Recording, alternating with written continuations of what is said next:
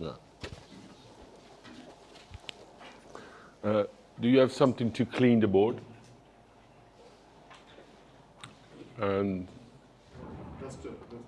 no, there.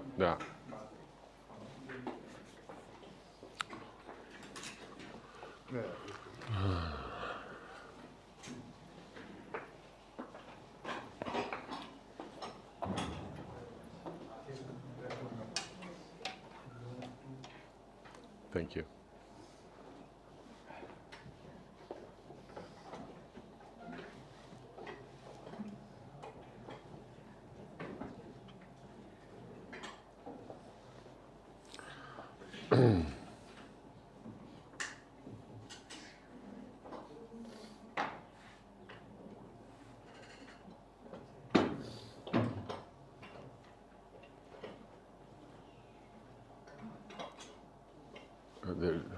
Here. No, that was. Yeah. Yeah.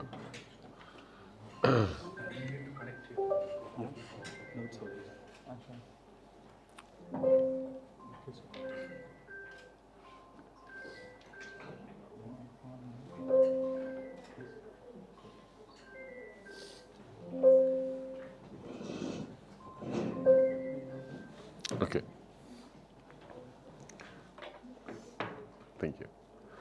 So, welcome to the substantial, what I say, part of the course.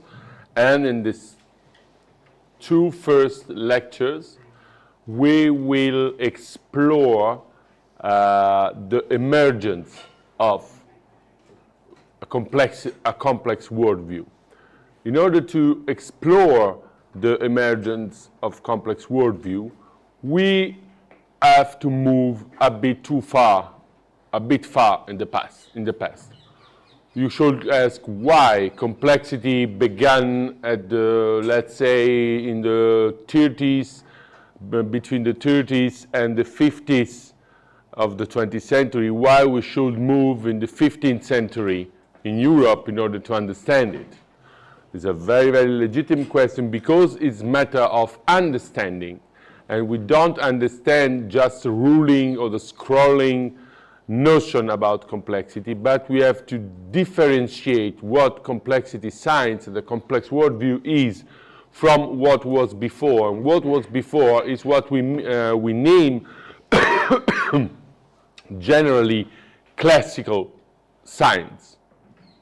That is, what every science that is containing or that pertaining, presenting the method, what every scientist must follow in order to perform objective science that is shareable for all of us. Okay? And then you can ask to me about why we don't begin with Galileo or Copernicus, and do we begin with something pertaining to art history. Yeah. First remark is, please let abandon your prejudice about natural and human sciences for a moment, because such articulation or such divide come after, very, very after, and let's say come at the in the middle of the 19th century, if not at the end of the 19th century. That is, in the long run of history, yesterday or even tomorrow morning. Okay, so at the beginning, science is always mixed with cultural issues. Form of science, even if it is matter of art, natural science, is always rooted in a culture, not only from what perspective concerns, but also, as we will show tomorrow, what quantum mechanics or new logic, new formal logic concerns. That is, in our archaeology of complex science, that is where our complex view come from. We have to distinguish between a radical pointed epistemological analysis that we will lead in the second part of our lectures from the sources of science itself. And the sources I will take, for me, a very, very known thesis of Edmund Husserl. Science is always rooted in the life world. As the scientist itself lives in the life world, assumes inspiration from the life world, it doesn't mean that the science that it produces or that it performs is subjective, okay? But going deep into the life world or into historical phases of life world help us also to understand what is a pure, if there is one, pure scientific issue. Okay? So, second thing, and that is you have to follow me in a performative way. Let's follow me. I'm not only crazy about knowledge, but also about art, and I'm also a painter. I will not show my paintings anyway. You can look on my social network pages. But follow me performing an elementary structure of perspectival painting. Okay? So, if you go to every kind of museum for modern and contemporary art in the world, from Peking to New York, going to, of course, Rome, Florence, and Paris, you find as golden age painting, perspectival painting. Okay? You know, what perspective means and why it's so important for our concerns in complexity science or theoretical philosophy. Let me remind that yesterday at the first statement I said that theoretical philosophy is occupied or that is busy or concerned what we called in early Greek language theoria.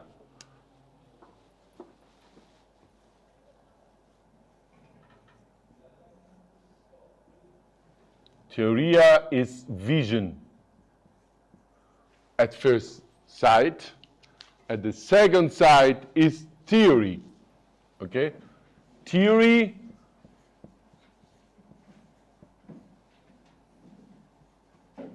comes from theorein in Greeks, that is seeing, watching, about seeing, let's say. Okay?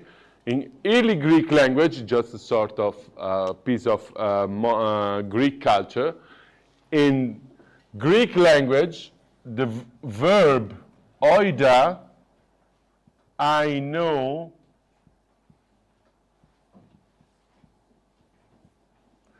is the perfect of I see. That is, I know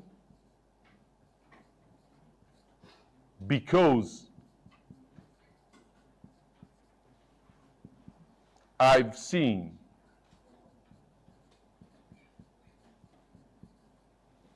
Okay? So we have a theory just after having seen what we see. We don't only see perceptual object.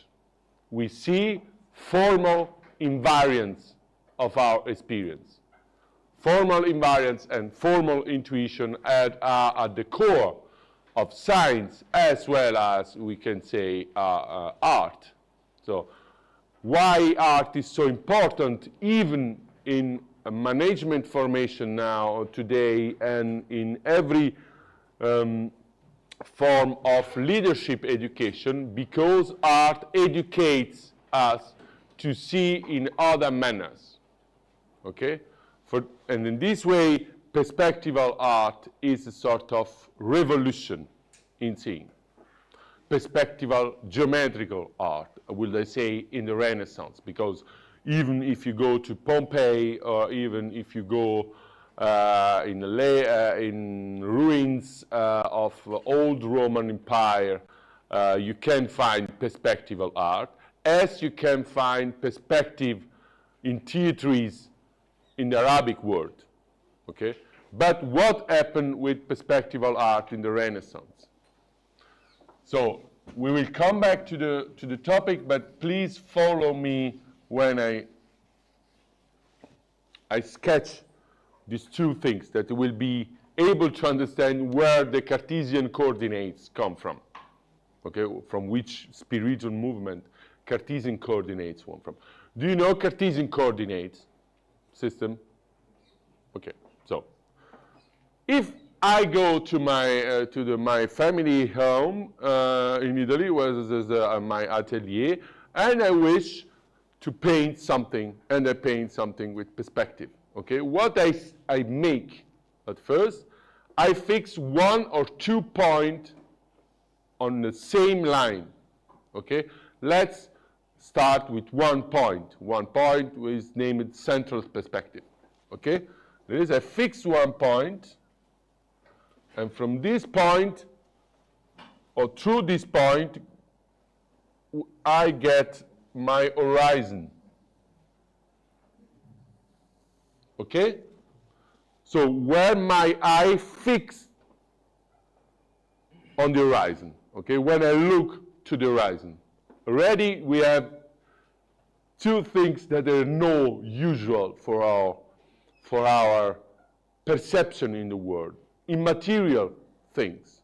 The point is in material things, there is unextended dimension, or the other dimensional entity, and then a line. Okay? And then from that I trace horizontal lines. For example, if I have to paint a building in this way, sorry, I make something like that. Here there is a point of the home. There is the windows, okay, and so on, and so on. And by this method, I can give the impression of depth of my painting and locate things in a three-dimensional space. Okay? It's very, very simple, almost trivial. The question arising is why it's so important for the history of civilization. Not because we had because we had Leonardo da Vinci, Piero della Francesca, Dürer, Albrecht Dürer, and then Andrea Pozzo, like we spoke before yesterday, or any kind of painting going from the Renaissance to Cézanne, that is to the beginning of the 20th century. Okay, it's not only for fine arts. Why then it's so important? Let's follow a very important quote from Gottfried Böhm, that is also a friend of my master, if I may, of Babu. Genesis of modern age and perspective and rise of perspective belong one to another. Okay? We have to do with the genesis of modern age. That is, not only about, we will exclude that topic, not only the genesis of science, but also the genesis of a new kind of relationship between man and technique, because that is a technique, but also a new kind of political thinking. For example, maybe all of you heard about Niccolò Machiavelli, and at the basis of political science, there are traces of perspectival thinking, okay? The prince can look at the horizon and then manage the goals with the middles of the tools of his issues. There is a very, very deep relationship also with that. But that, if you will, that give rise to another conception of the world, or the rise for another conception of the world, and give us the possibility to conceive the world otherwise. So the question is, what is perspective? Why it determines the science of the modern age, the classical science, as we mentioned. Why it is important to understand it. What, do you have a question? Just a clarification. So are you saying that the emergence of geometrical perspective and the emergence of perspectival thinking in political theory are concurrent? No, co-inherent, what they say. This is Machiavelli inscribe his political thinking in a sort of perspectival thinking, what it was not before. So the political thinking of the modern age, grounded by Machiavelli, is a very, very complex stuff of studies. World inspired, not only for modern facts, although from the facts of in Florence, there was sort of microcosm of the modern, an incubator of the modern age, but also from this perspectival art. So how higher you, as higher you watch the scene of political, how longer you can foresee your political practice. That is a perspectival metaphor, for example. We can interpret it from the point of view of metaphorology, like Hans Blumenberg did 50 years ago. What is perspective? So let's pay attention to the definition. Perspective, in Oxford English Dictionary, is the art of drawing solid object on a plane surface. It's very, very trivial and banal. So as to give the same impression of relative position, size, or distance as the actual object do when viewed from a particular point. Okay? That's very trivial. And we have to do with a plane surface, relative, and what is important for us is relative position, size, distance as the actual object do when we view, etc., etc. Once again, Gottfried Böhm, Studien zur Perspektivität, I translated, the evolution of projective geometry put the old doctrine of optical illusion aside. At the same time, perspective as perspectiva artificialis, artificial perspective, so a perspective constructed by a tool, the geometrical tool, becomes the center of the scientific determination of the new art. As perspectivity, it takes place in the middle of philosophical thinking, wherein it newly characterizes the way by which man thinks of himself in the world.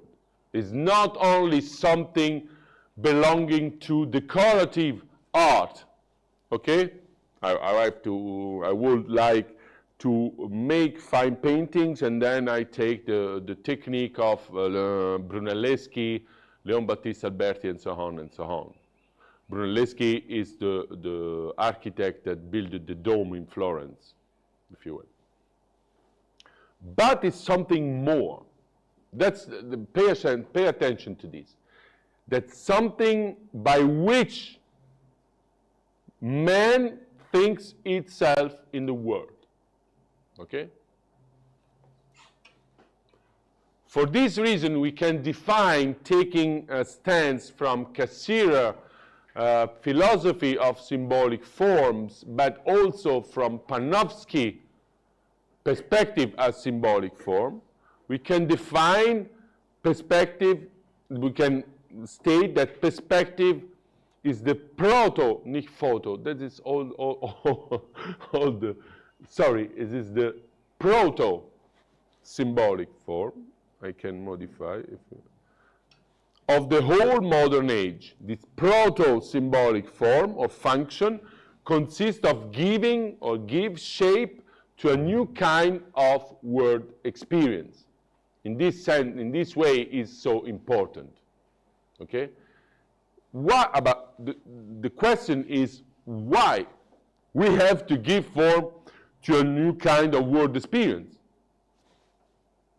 The old is not enough, the old is not performative enough. Not really, what they say. And then let's jump to Werner Heisenberg. There is not only one of the greatest physicians of all time and the greatest physician of the 20th century, but also a huge erudite, you know, against the differentiation between science and philosophy. This man, like Albert Einstein, or like Werner Heisenberg, or Niels Bohr, or Erwin Schrödinger, made huge texts about philosophy or world vision. Even confronting themselves, maybe not like yesterday with Indian culture, like Fritjof Capra, but with the Greeks. There is a very, very beautiful book about, from Erwin Schrödinger on the Greek philosophy, the nature and the Greeks, and so on and so on. There are philosophers, because philosophy does not belong to philosophers or academic philosophers. It's something that's circulating in our spirit, in our culture, among erudites that come from other kinds of formation. Let's consider, not only read, what Heisenberg said.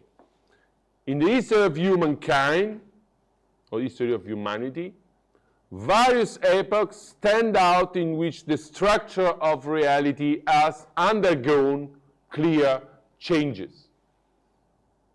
The quest, and we will precisely read the revolution made by Gödel, Einstein, Schrödinger, Heisenberg, and Bohr in the same way of interpretation.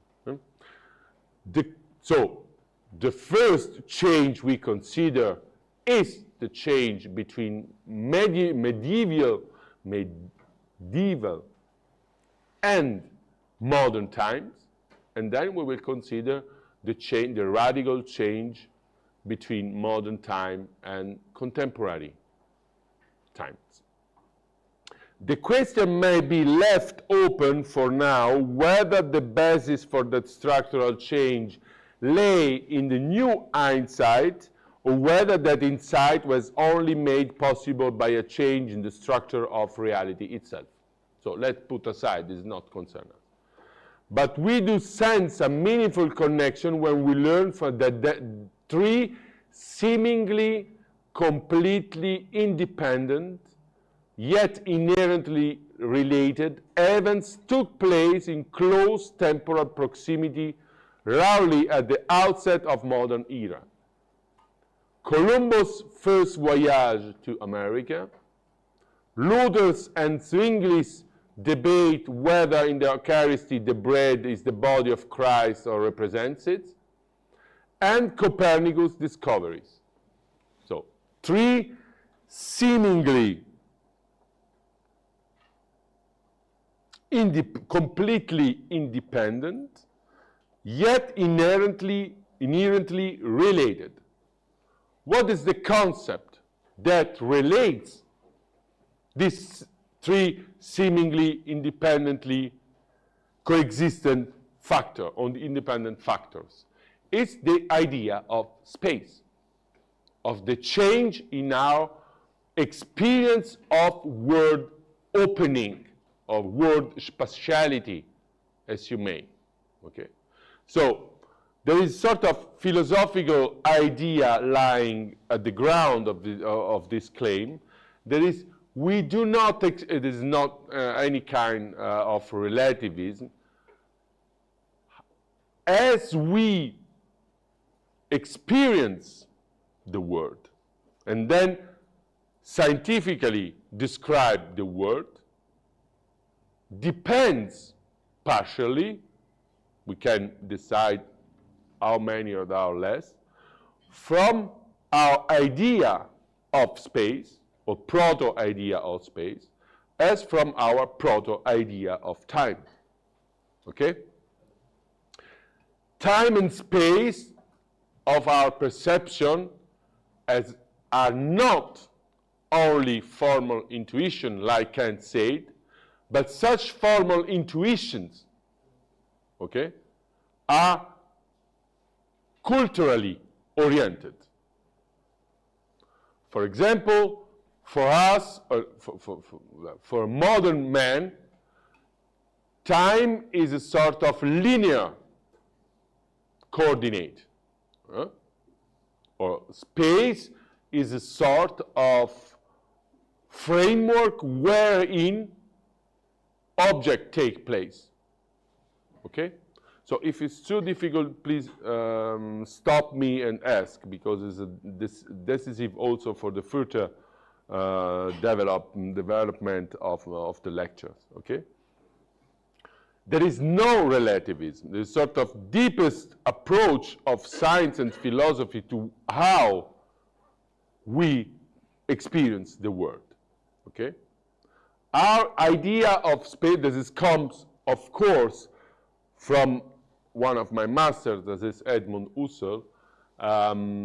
Space and time, this Husserl will not claim that for time, but we can extend it to it.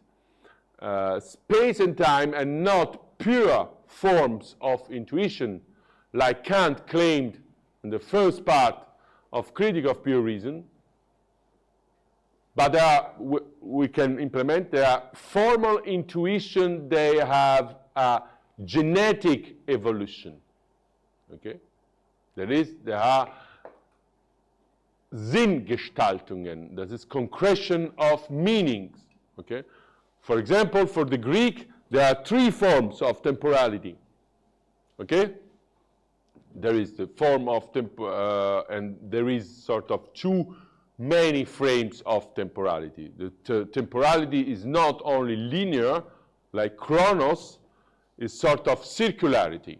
And even for the old ancient culture, there is a sort of circular prototype of time. Okay?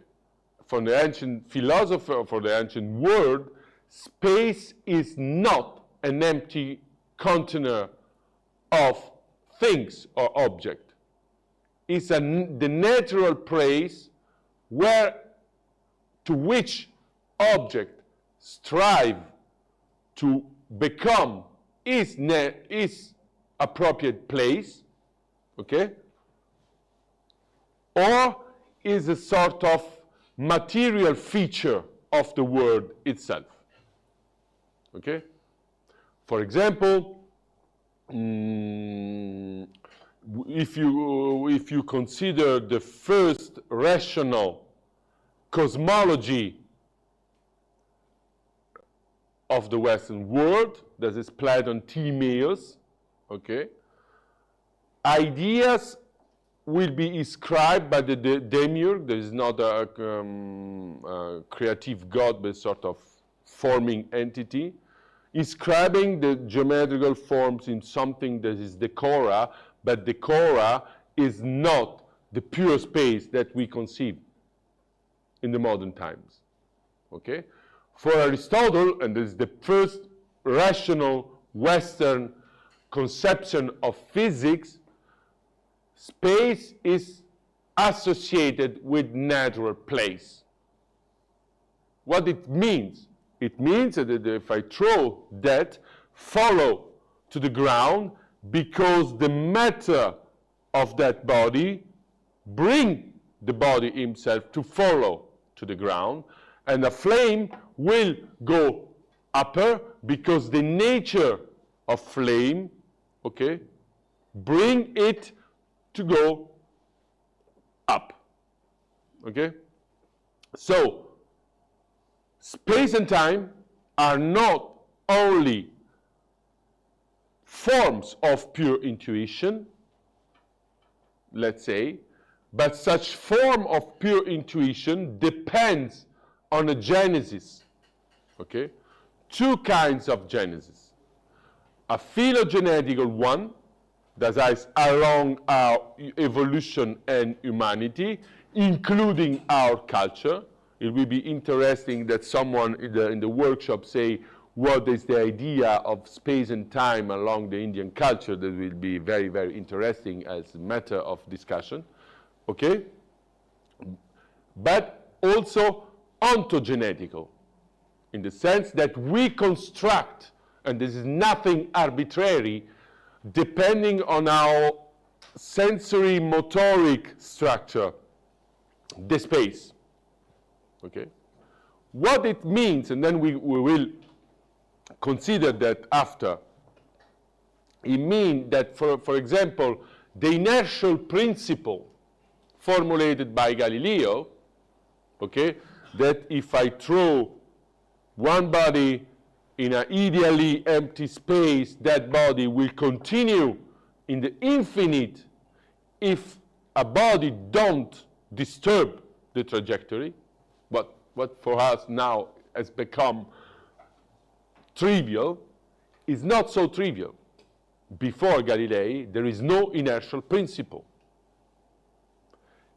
All bodies, all matters, constituted entities in the world will follow a behavior inherent to its material feature, and depending from the matter from which are built or created, okay? The four elements doctrine, etc., etc. So, why we consider that? So you can easily understand why I quote, or why Heisenberg deal with such things that have nothing to do with quantum mechanics, or seemingly nothing to do with quantum mechanics, and nothing to do with contemporary science. Because it has to do with the change of a worldview, what we consider tomorrow. Then for you, let's put aside something that for you is not so relevant as for a Western man, in the modern ignorance, populism, even from the Western man, what happened between Luther and Zwingli debate is irrelevant, but this is a sort of barbarism. So let's put aside that, because I have to explain things about Christian theology, Protestantism, and so on and so on. But I will just mention shortly. But if we consider the first Columbus voyage to America and the Copernicus discoveries, we also have an idea what happened. That is, in order to quote one of the best historians of science that we had, that is Alexandre Poiré, from The Closer World to the Infinite Universe book. Okay, we spring, or we are thrown from a closed world, very, very cozy, what they say, bequem, as it's cozy, very, very comfortable, okay, to an open, disorienting space. The first voyage Columbus to America is that case. Why? Because since the ancient cartographies dating to first voyage, or the first expedition of Alexander to India, okay, where already the scientists of Alexandria attributes to Indian doctors honors for his millenary knowledge that is told by Herodotus, by Xenophon, okay? So, since the early cartography, okay, going from Macedonian, that is Hellenistic science, to the Arab cartography, and then going to the modern cartography, that is, if you go in Portugal to Sagres, you can find one of the most beautiful cartographical and geographical centers that will be made in the 13th century, 14th century in order to explore new routes of markets by the Portuguese. The world is closed. There is sort of Eurasia and Africa, okay? That is, we know, if you will, the dimension of our life. There is a center, and for the fanatic West, the center is located between Jerusalem and Rome, going to Athens. It's not the center, but anyway, fanatically spoken, it is a center. And then there are the margins. There is Africa, already colonized by the Romans in the north. And then there is India, and then it begins to have China, starting from Marco Polo and the Silk Road, and so on and so on. But it's already known, if you will, since millenaries. We have also no memory of that, but it's already known. This is a word very comfortable. The discovery of Columbus through the sea and not through the earth, okay, through the sea, that is in the empty space of the sea, changed the vision of the humanity, because there is the unknown coming to present, okay? First thing, we don't find the India going to the west, we can find just another huge continent, okay? Let's, for a moment, pay attention to the shock of this, okay? Not by chance, the discovery of Columbus is marked of the beginning of the modern age, okay? In the West. There's barbarian coming and Constantinople is falling is the end of the ancient age, 4th century after Jesus. Then there is a Middle Age, and the New Age, the modern age, begins with Columbus. Okay, there is an open horizontal spatiality, an open horizontal spatiality. Why I mention this open horizontal spatiality? Because the mentioned dialogue between, or the dispute between Luther and Zwingli on the Eucharisty, let's put Eucharisty aside, determines the empty vertical spatiality. This is sort of metaphysical kind of spatiality. Let's just explain why.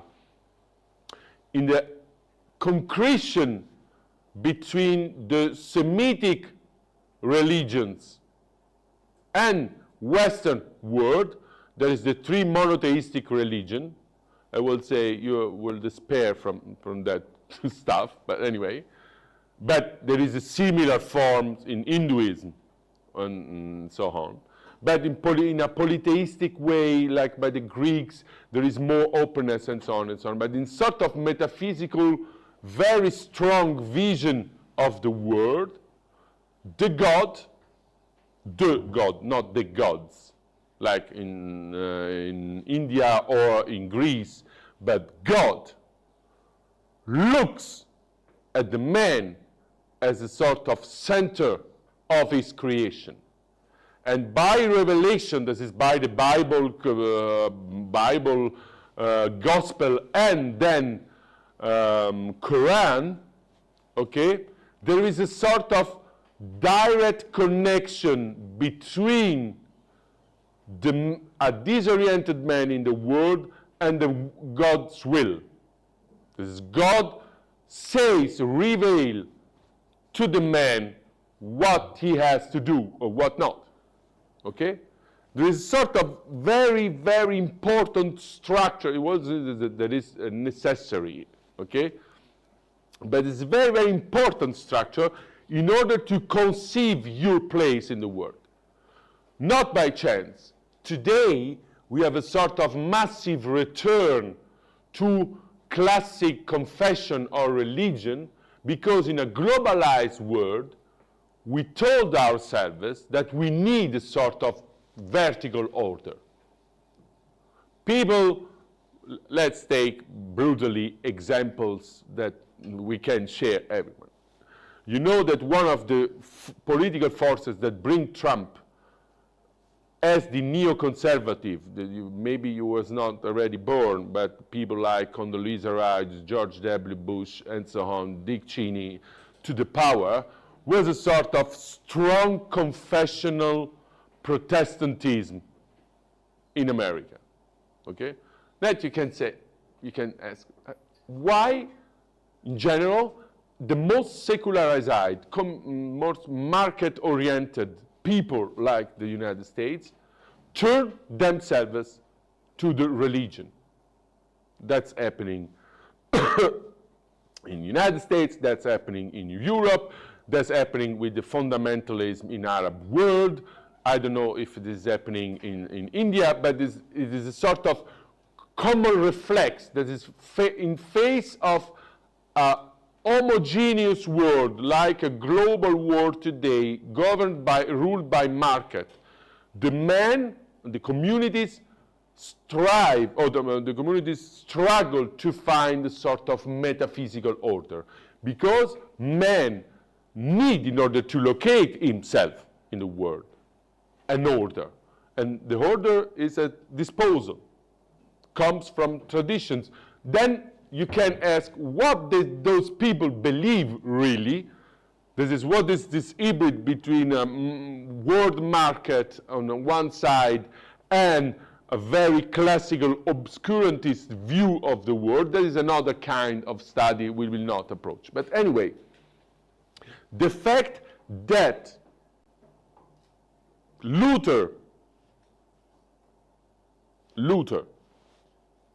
this is the heretical founder of Protestantism, begins to say in a very closed hierarchy of the world, you know, that maybe you know, there is God, there is the angels, there is the seraphims, there is then there is the saints, I don't know. You can put every divinity in there is not a monotheism, it's a sort of monopolytheism, and so on and so on. Okay, that's come, for example, always already from the Bible. That is you can watch Robert Flood, Cosmic Tree, and this is exactly the same in the Kabbalah, and so on and so on. Luther says, no, wait a moment. We cannot scrutate the God's will. This is a revolution, or this is a shock. What God will is for us unscrutable. As it is unscrutable, why He gives to me the revelation of Christianity and don't give to other the same revelation? And there is a problem that arises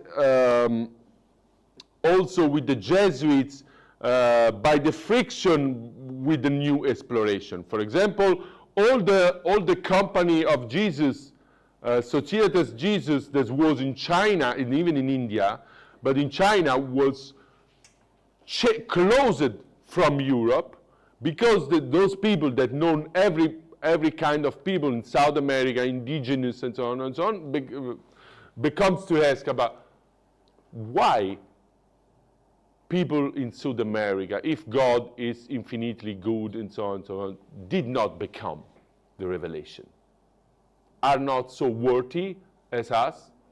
If you follow the gospel, is not true. You know, there's the opening of anthropological dimension, geographical dimension.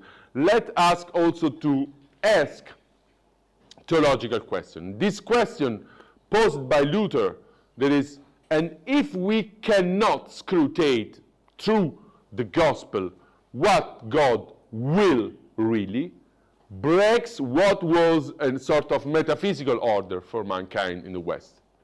So we have an horizontal breaking, that is, widening of our horizon, anthropological horizon, with indigenous people, new country, and so on, Columbus, and then we have a sort of vertical breaking, okay? The man is as to say, he can't tell to himself what he will, is as to say alone in taking decision. Okay? Alone and free, not by chance. Capitalism rise from Florence bankers from one side and from Luther spirit of Calvinist spirit of capitalism. That is the famous essays of Max Weber.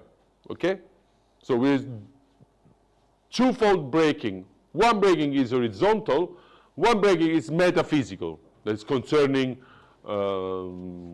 what we can become beyond our life from God. Okay? It's not sure. In the Catholic Church, it's sure. And it will be a sort of incubator of corruption, you know. If you pay me, I can guarantee you that you will be safe after life. For this reason, Luther make also this revolution. This is the Protestantism as a protest against the church. And the church was the same authority that was the guarantee of the undoubtful truth of Aristotle's cosmology. And that we come to what Heisenberg says. Okay? That is, we have a closed world where we have the earth, sort of Chinese puppet or the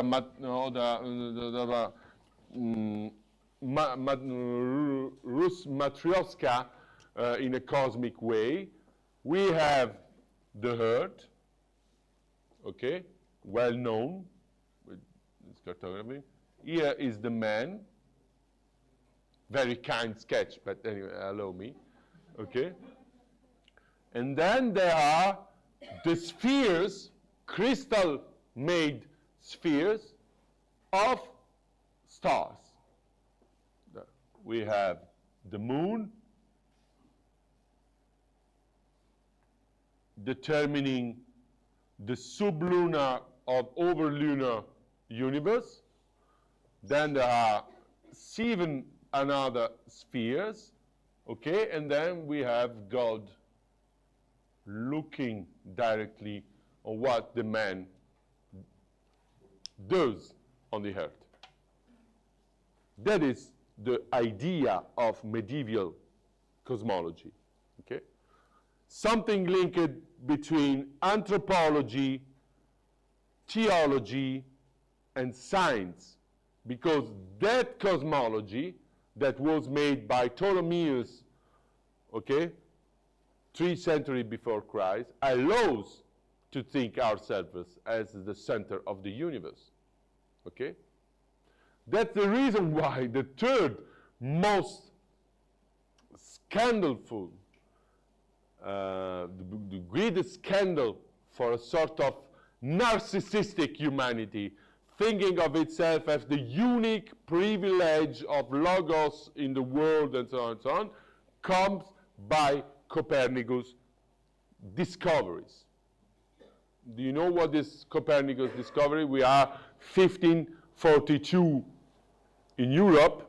Copernicus, that outsider, okay, rising infinitely through Italy and so on, taking charge to reconfigure the calculi, astronomical calculi of Ptolemaios, okay, and then make an hypothesis. An hypothesis, this is not a discovery, that is a leap forward, this is an hypothesis. That is formulate, if I calculate the orbits, the calculi will perform if I change the point of view and I put in the center not the Earth, but the Sun. There is the switch between the geocentric and heliocentric universe. If you consider Sigmund Freud, der Ungeheuer der Kultur, der Unbehagen der Kultur, was is in English is the... What? 3 difficulties of psychoanalysis. No, this is... Civilization. Yeah. This is one of the, this is the first damage to our human narcissism. Okay? The second will be Darwin evolution theory. The third will be the psychoanalysis itself. Okay? You cannot imagine. Now we cannot imagine because we are nourished of science. We are nourished of science, alphabetized by science. You cannot imagine what means for a civilization or a culture that consider itself at the center of the universe to hear not through simple hypothesis, but through a very, very consistent model that there is just a mass of animals pasturing on a little stone at the margin of universe, you know. People were burned once formulated this hypothesis. The doctrine of if you go to Rome, if we will go to party, and if you go to party, you will drink alcohol on the Campo de Fiori, and in Campo de Fiori, Giordano Bruno was burned for pretending that there is infinite worlds, there is infinite planets or infinite stars with infinite suns, and so on and so on. Okay, there is a shock for civilization, and there is sort of loss of authority from the side of authority guaranteeing this kind of the world. So, if you will, the change of our view on spatiality is not so neutral and does not belong just to fine art. Incorporate a radical change for humanity. Well, they say a radical progress for humanity, okay? And as consequence on our conceiving the space. So, even following Gottfried Böhm, by perspective and by the rise of perspective at the core of modern world, we have the reformulation is not, you don't need to take a pic because you receive the slides on the drive, so it's sort of useful. Reformulation of metaphysical concept in the context of the disjunction relation, there's not conjunction relation, disjunction relation, in sense that of self and the world. That is the loss of narcissism, or the narcissist wound of the new idea of spatiality. From the point of view of idea, from the point of view of appearance manifestation, that is phenomena and phenomenality, of which we were speaking by the last question yesterday. Contemplation, that is theoria, or the theory, object, and of course, space. And if you will, perspective anticipate it. Of course, you find saints, virgins, gods, and so on in the painting, but it's not the silent thing. The silent thing that there is just another kind to give to ourselves an idea of the world, to reconstruct the world by another point of view. Okay? A point of view that is mobile, that can be geometrized, and then it can be chosen. There is no fixed point of observation. As there is no fixed point of observation, there is no fixed point or the natural place of the observed. In this sense, we can conceive something like an object as a mobile in space. Even this idea that for us is trivial, the mobile in a space, is not eternal. Okay? The idea of movement comes from the man itself. This is the hunter following the animals already conceive the movement. Okay? Can anticipate the movement. but it's not the idea of mobile in the space. Okay?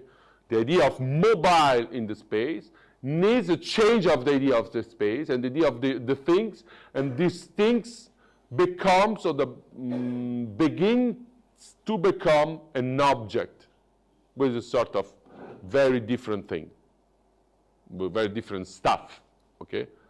To conceive what we see and so on as things, and to conceive what we think we can imagine, we can idealize as objects, is also very different. And let's introduce ourselves to Descartes and so on and so on. But before to arrive to Descartes and to Galilei, it's better to understand where such revolution come from. And then you have, if you will, a simple and beautiful explanation of the thing. You can, of course, consider the angel, consider the Holy Spirit, consider the Virgin, and so on, but the essential of this painting, okay, is that sort of Greek geometrical structure wherein all the figure must take place in order to make sense. Okay? What is not the case for medieval art. Perspectival painting, and that has to do what we said with our radical change of contemplation, okay, of seeing, of vision. Perspectival painting is conceived as a window that is a sort of neutral opening, a window in sense of glass, okay? That is the neutral, transparent openness to reality. And from this point of view, or from this point, we can also conceive the idea of objectivity, okay? Leon Battista Alberti, one of the most genius of architectural art and art, so is also humanist, said, sketch a quadrangle wherein is supposed to be an open window through which I consider that what is painted inside. The same thing says Leonardo da Vinci, maybe you know better as Leon Battista Alberti, by pretending the painting be a sort of wall of glass, okay? Sort of opening, neutral opening on what is happening. We shall speak of a fully perspectival view of space, not when mere isolated objects, such as houses or furniture, are represented in foreshortening, but really only when the entire, and let me accentuate entire pictures, because entire has to do with completeness of worldview that we will approach tomorrow, has been transformed into a window, and when we are meant to believe, we are looking through the windows as a space. If you look, then I can say more as for religion. If you look at Hindu art or iconography from Russia, or the icons from Russia to Poland, and so even to Italy and Germany, or if you consider Islamic art, there is no window. You have to take a sort of position and a religious disposition in order to receive the content of this art. Okay? Now, everything is neutral or neutralized. That is, every religious motive can, of course, be transferred, but is not essential. Essential is the construction of the painting. There is, we lost by going a bit deeply, we lost what the classical traditional art needs in order to make sense. There's this anamorphosis. This is to pretend that the viewer place himself in a certain point, in a certain space, temple, and so on, in order to become the message of art itself. I simplify, but anyway. Then we come to Böhm once more, because it's a very, very huge book. It is not translated in English, Babu. No, No, that's... this is from perspective. Yeah. No. No translation. That's in this sense, the homogenization of space, that's on perspective, shows a new kind of openness to the world that implies a corresponding homogenization of the object or the things. Okay? Because the things, and we spoken yesterday even with Babu, sorry, I have to switch back to my perspective.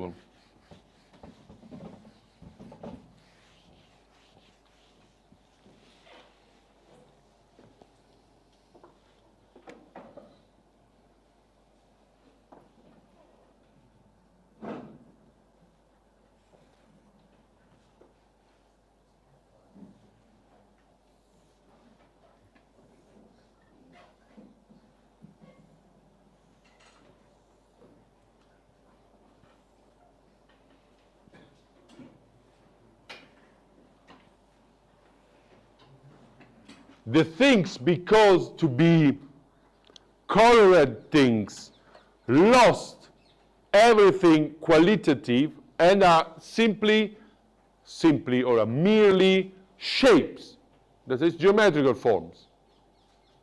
I can show to you many other forms of many perspectival art. You can run everything tridimensionally, okay?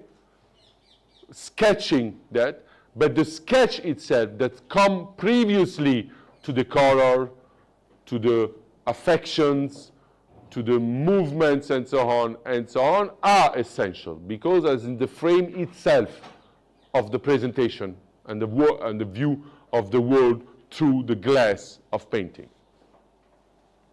The objects are geometrically projected figures that are rooted in the logic of appearance, because now the appearance, what something should appear in order to make sense, follow a logic, and this is the logic of geometry.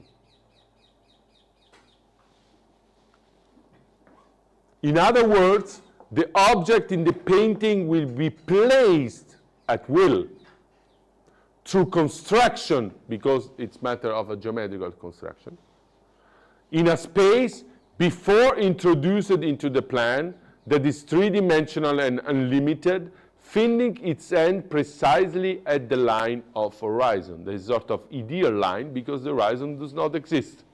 Okay? The horizon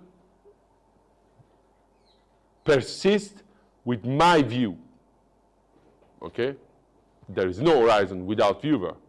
So the things depends on my view, on the geometry of my view, geometrization of seeing. There is a sort of very, very intelligent paper on it, okay?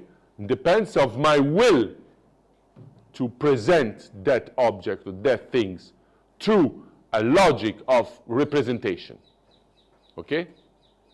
But what is important for us is that we have, from a metaphysical point of view, from an ontological point of view, a split among the unity of the thing between primitive qualities, or the prime qualities, and second qualities, okay? Or the prime, yeah. That is, what is geometrically able to be described is primary. What is not geometrical to be described is secondary. There is sort of split in the thing. If you conceive the thing empirically, okay, the color and the shapes come together. And your body or your brain process even with different areas, then does not interest us. Process the thing and the experience of the thing without putting into this experience a sort of hierarchical order. Okay?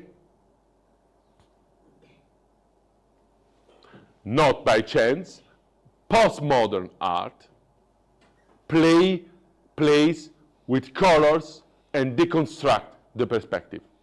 Okay? Starting from Cézanne, for example. But there, even by Cézanne, there is not the things that the man could not draw perspectively.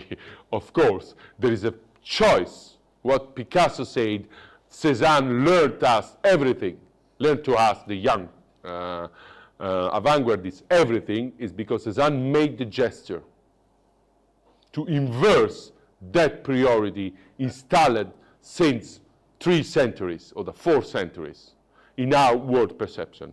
And the color counts more than the shape. The colors counts more than the place, and so on and so on.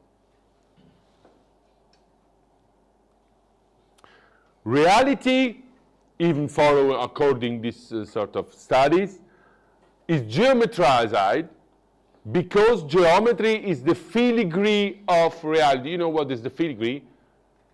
Is if you have a paper, there is a sort of Chinese technique, token from the West, from one of my town I lived for 7 years, 8 years. So that you put a sort of image into the paper, and when you look at the sun or through the paper, you can see the image itself. Okay? It was made also for royal papers in order to certify that was from royal printing, and so on and so on. Geometry is in the stuff itself, on the surface on which we can depict every form of things, but come first and not at the same time. Coming first and not at the same time means priority of the formal over the material, of the quantitative over the qualitative. It represents its framework, it determines the form and the character of every objectivity, Gegenständlichkeit, appearing in such space. The geometric, what we call das Geometrische in German, as framework of reality lies on the background of reality, where the empiria, that is the simple or a mere experience, perceptive experience of things, cannot put its view. We cannot, for example, and this is a very, very interesting question posed by Wittgenstein in his wonderful work, have you really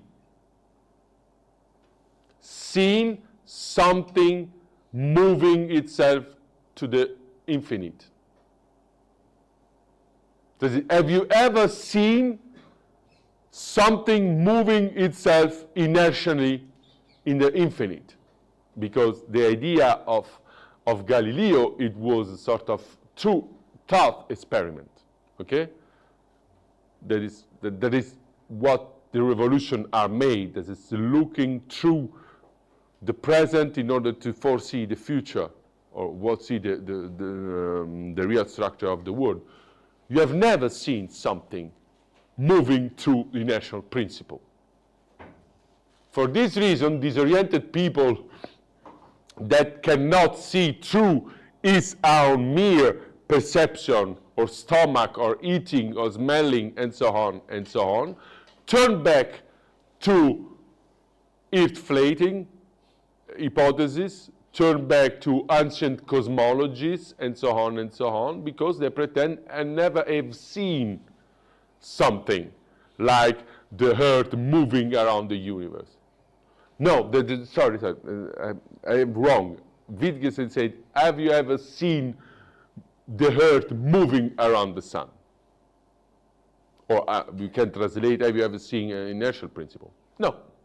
Your empiria, what was linked to Aristotelian cosmology, show that every kind of matter go to its natural place, that the qualitative and quantitative are melted together without priority. By Aristotle's, quality and quantity are two different categories. So in Aristotelian science, if I say that the table is black or the table is 20 centimeter, 8 centimeter long, are two equivalent statements from the point of view of evidence, and so on and so on. So now, by this, or by the revolution starting by this, the geometric as framework of reality lies on the background of reality, where the empiria, that is the mere perception, cannot put its view. It's what we can be viewed or grasped only by our mind. Sola mente, that is one of the most decisive things of Galileo.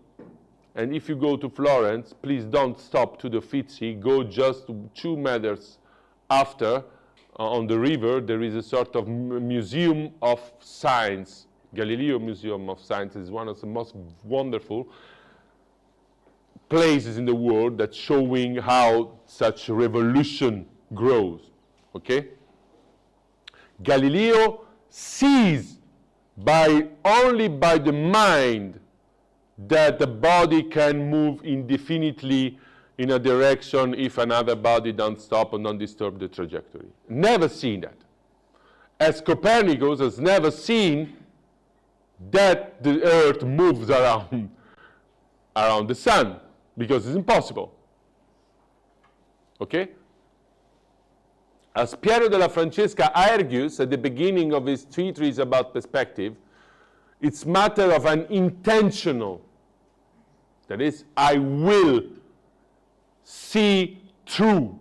The first scientific academy in the world is Academy of the Lynx, grounded by the friends of Galileo, and the lynx was the mythic animal that can see through the object. Okay?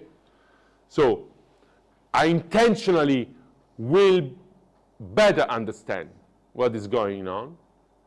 Technical, I need of a technique from perspective by painting to the machines of Galileo in order to describe the isochronistic movement and so on and so on. It's a very, very interesting thing. Of his treatise about perspective, technical but nevertheless radical abstraction. Colors will be, so to speak, desecrated. In other words, it's matter of a reality produced, and that is has to do with the modern world. Homo faber fortunae sue. That is, the man is the maker of his own fortune. If our destiny, but fortuna is as well destiny as his fortune. You know? There's a man that places himself intentionally at the center of the world by its own making. Know-how. Not by chance. When Leonardo da Vinci applies to Milan, because this artist was not sort of royal artist painting, was a sort of workers, applies for the Duke of Milan, present itself not firstly as the most natural observer in the early modern age, not as an artistic genius, but as a man that can build weapons. Okay? There is this, the idea of not self-made man is just a bit later, but a sort of man that intentionally places himself in the world and does not accept a metaphysical structure given by something external to his mind. It's not just a matter of painting something. For this reason, we define perspective as a proto-symbolic form, because lead to other forms of modernity in the sense of disruption from old world. Is a matter of reality produced, intentionally constructed by a special form, reduced to special forms, that special forms, without colors. is precisely what Descartes argues in the 14th Regula ad directionem ingenii, one of the most founding writings of our tradition and of rationalism, where he clarifies the new meaning or sense of mathematical dimension. Pay attention. This is one of the most important passages in human history from intellectual point of view. By dimension, we understand nothing other than the mode and the reason according to which some object is considered to be measurable. I read, that is completely new. That is the novelty coming, would they say, even more than Einstein relativity, okay? Or Newton general gravitational theory, okay? This is the novelty, because there is not only matter of physics, not only matter of measurement, but it's a matter of first philosophy. That is something anticipating what's come after from many points of view.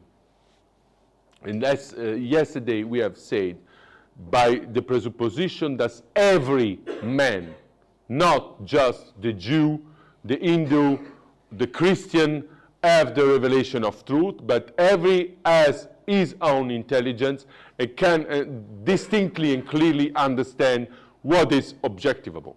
That is sort of democratic revolution, anthropological revolution.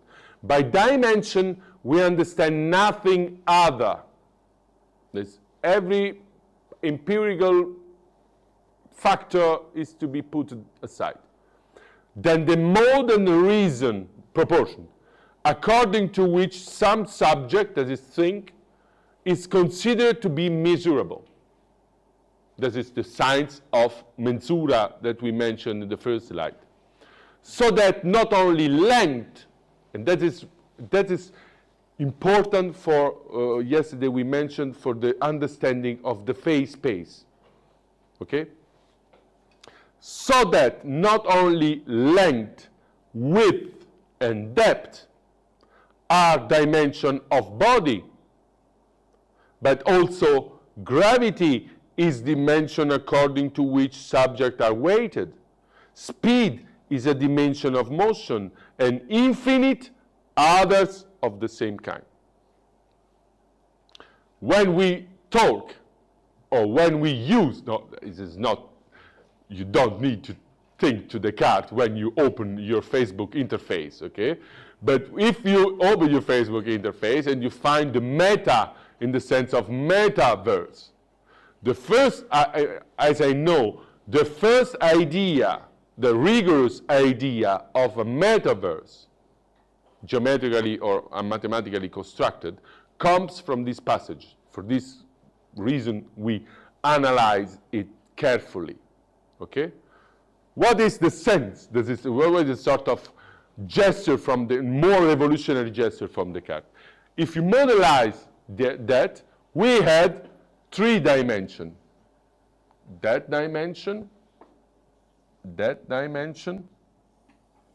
and that dimension, okay? What Descartes says, not only length, depth, width, length, and depth are dimensions of body, okay? But also gravity is a dimension according to which subjects are weighted. Speed is the dimension of motion. And infinite others dimension. That is, the first coming to our mind of an idea of multi-dimensional world. Okay? For this reason, it is important archaeologically to study or to consider, to have just in mind where the idea of multidimensionality comes from. Okay? And this multidimensionality is, of course, algebraical. Why?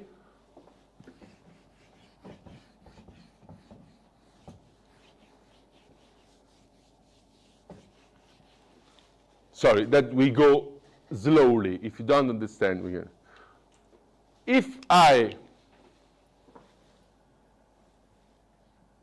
sorry, that is no longer positive, but anyway. If I will not only think multidimensionality, but handle with multidimensionality, okay, this is just a draw, but anyway.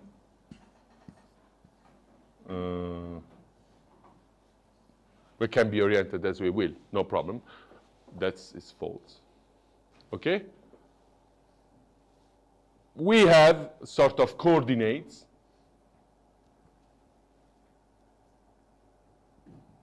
And so on, and so on. And this coordination, okay, between values on one dimension can be described simply by a matrix.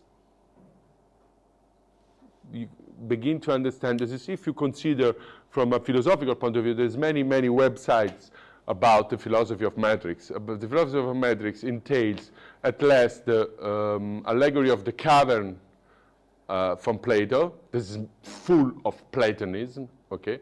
And then begins with illusion, the world as illusion, and a man that initiated to another kind of view reached the real structure of this illusion by numbers.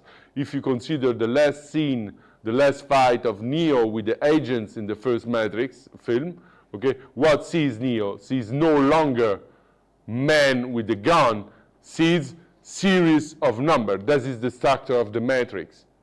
But without the card, we can even not have an idea what multidimensionality, matriciality, this is algebraical matriciality, and illusion are linked with. Okay? Yeah? Is there ability, mathematical ability to algebraically posit the geometric propositions properly? I'm talking about the Laxland program and the problems we currently have in terms of how these systems are working. Please? Our geometric systems and in mathematics, the geometric systems and algebraic systems are not yet unified. The Laxland program happens to be doing the same thing, but there are limits, epistemological limits. So what is the epistemological limit? This is like the current Laxland program. no. Let's talk about our intelligence, not about the program. Yeah. So the way we can actually in vector form see the geometry, we cannot yet completely coherently design it through our mathematical models in algebraic form, is what I'm saying. Are you saying that we can completely project everything that we are geometrically able to understand in the same algebraic form? Yeah. I don't see the diff. We are complete. This is the beginning, but the problem is that the systems are not yet unified in their absolute sense. No, but no? I don't think he's making that claim. yeah. I'm not saying that he's making the claim, I'm just saying that there's a limit to it, so I just want to understand if we're able to create a system. No. Are our systems still... Maybe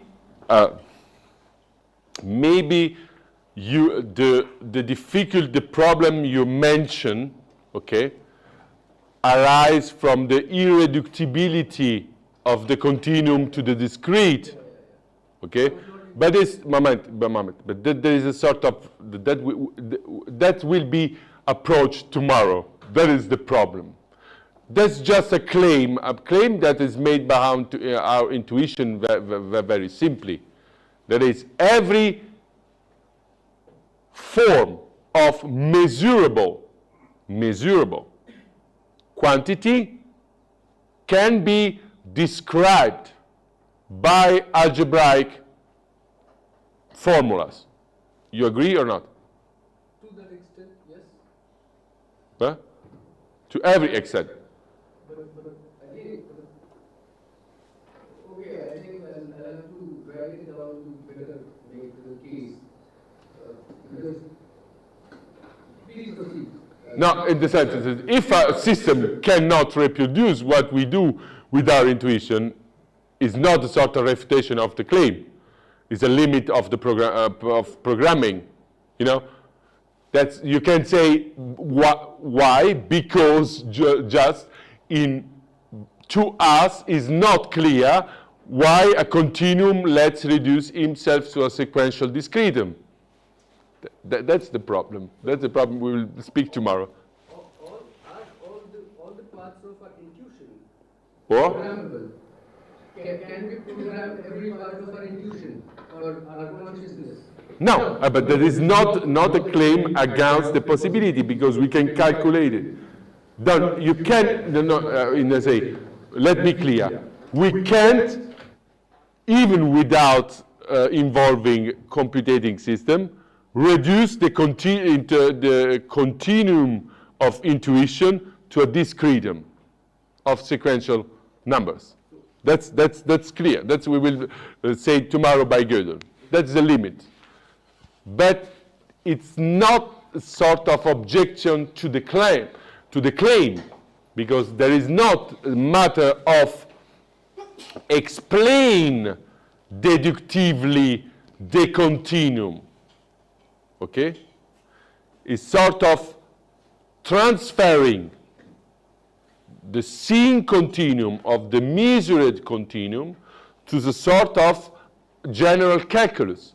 That is what we call producing knowledge, sir. By very definition, our ability to translate our intuitional limits to a system, how we theorize something, is what we call knowledge. So, very moment our intuitions reach a certain limit, we propose it on a piece of paper, we write it through axioms that we have, be it language, be it numbers, and so we have 1 hour just in an half-hour discussion, and tomorrow it will be precisely the topic. I think that, can I say something? Yeah. So all this discussion on continuum, discussion, and you mentioned this differential calculus, and it reminds me of this Dmitry Gavronski.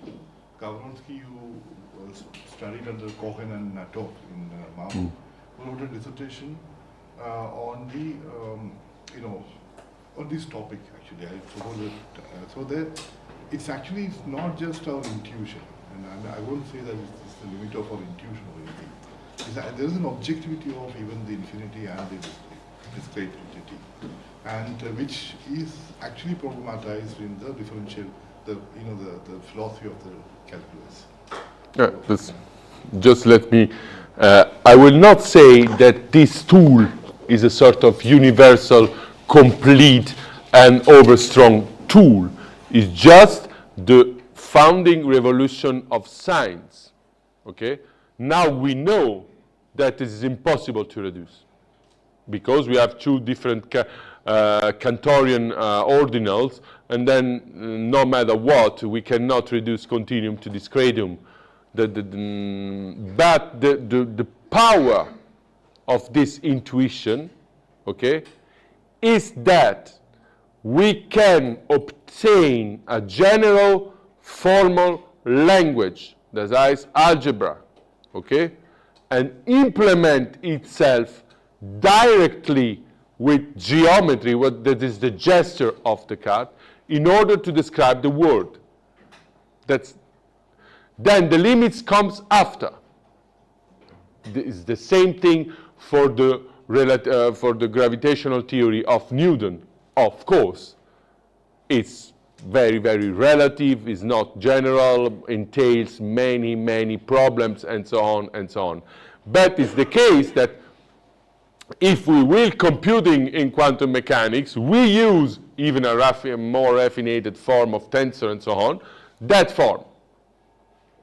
That is, we think things or object geometrically and mathematically at the same time. what is the premiere in the history of science. Because since the antiquity, in every kind of civilization, to Descartes, geometry is the science of vision, of lines, of points, and so on, and mathematics is the science of quantity and numbers. If you get a science able to deal with forms, that is shapes that are system of numbers, is thanks this genial intuition. Okay, that open to many dimensionality. Then where more dimensionality comes from is another kind of question.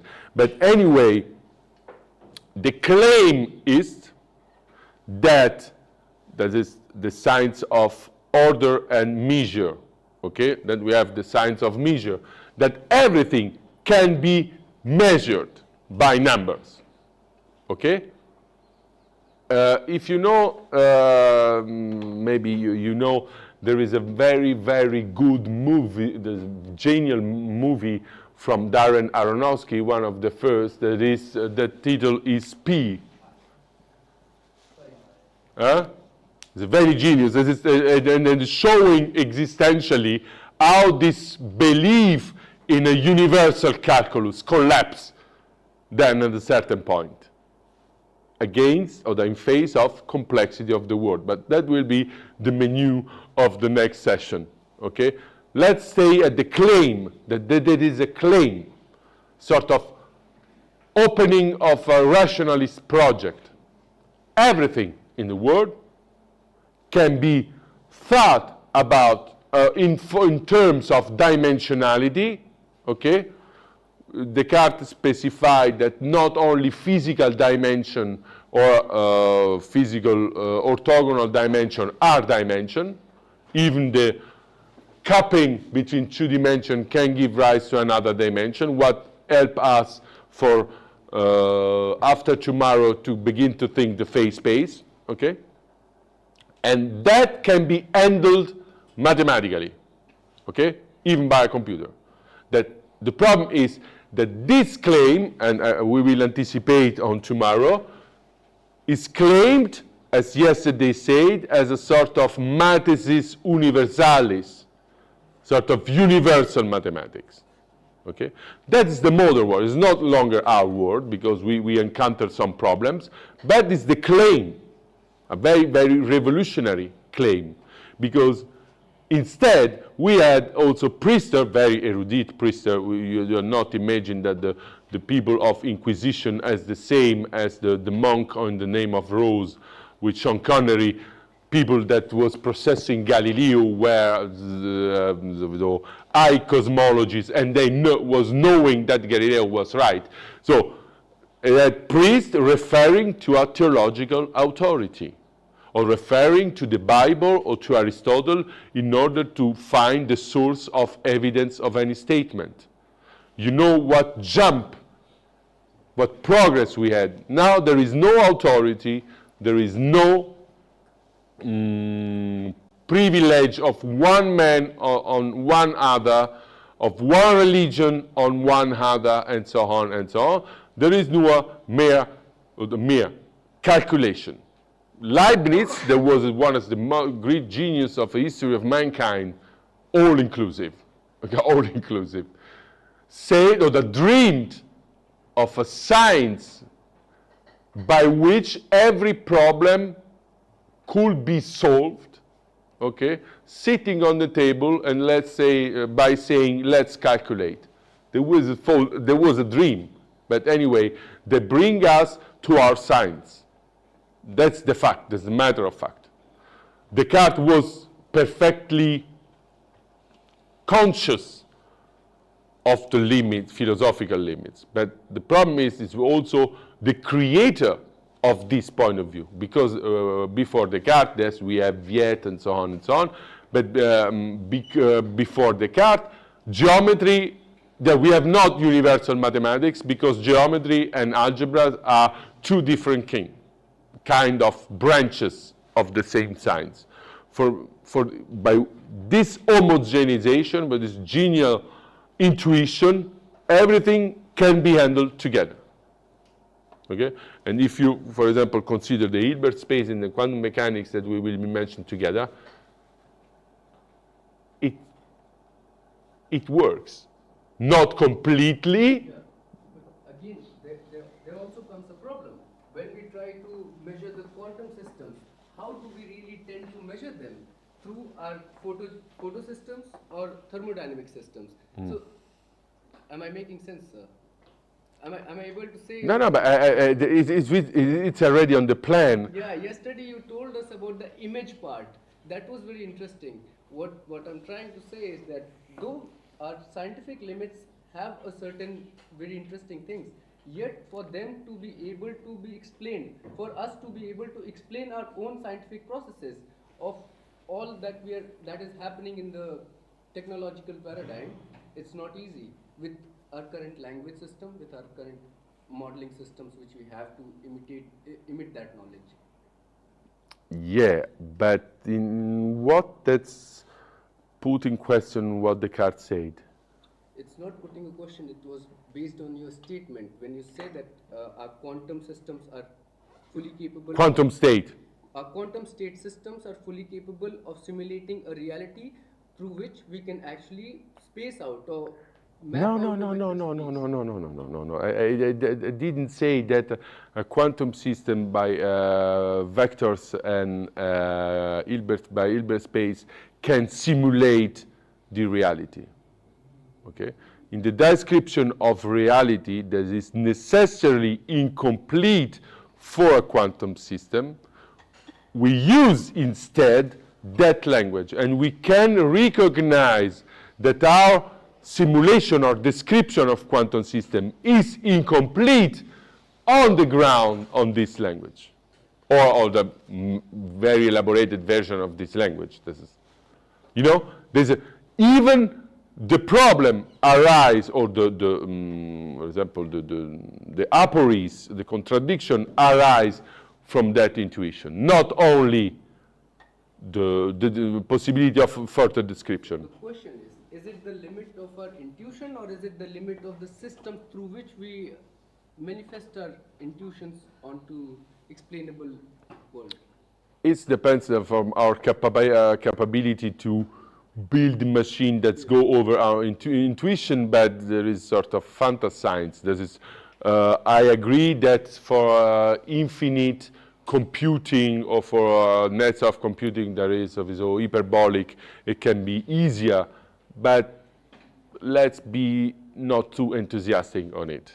It's not said that in before that we arrive to deal with what our intuition, our mathematical computing is not able to deal.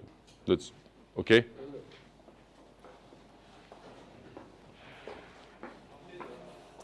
So, now by this, we switch from the perspective was already something intuitive or something shaped from these pure mathematical things.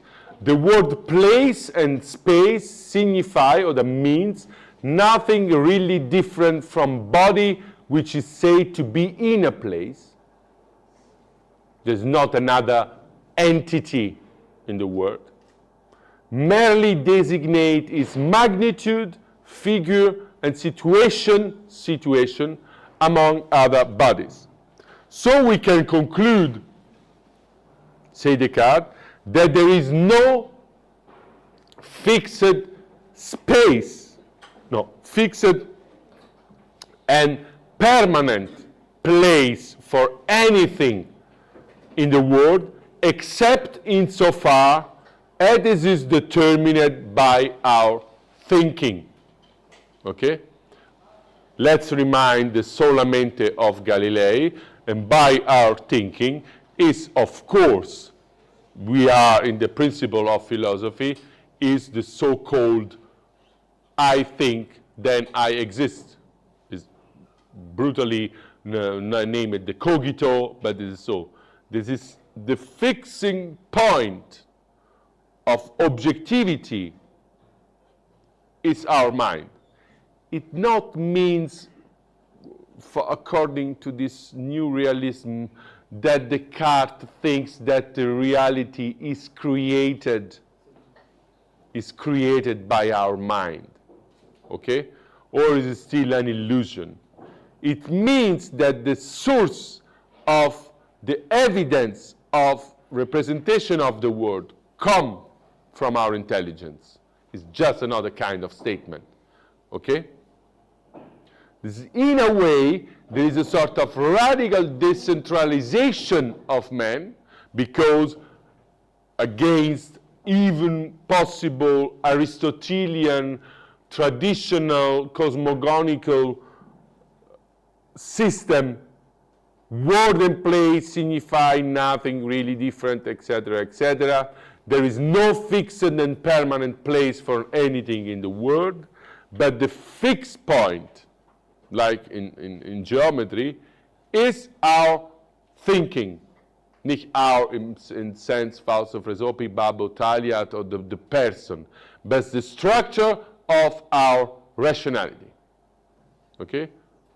Describing mathematically the frame wherein the world can be scientifically pictured. In this sense, the homogenization of space, what is also important dialectically for our idea of bifurcation and five spaces, show a new kind of openness to the world that implies a corresponding homogenization of the object. That is, object is meant now just quantitatively, or primarily quantitatively. The objects are geometrically projected figures that are rooted in the logic of appearance. Bohm says, the object in the painting will be placed through construction in a space before introduced into the plan. That this three-dimensional and unlimited finding its end precisely at the line of horizon.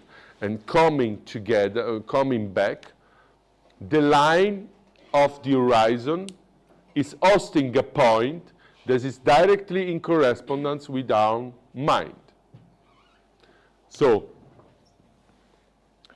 where we look, there is the point. If we fix the point here, the point is fixed by our will to fix the point at that point.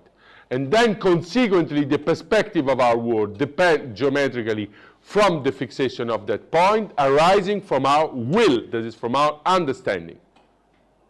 Yeah?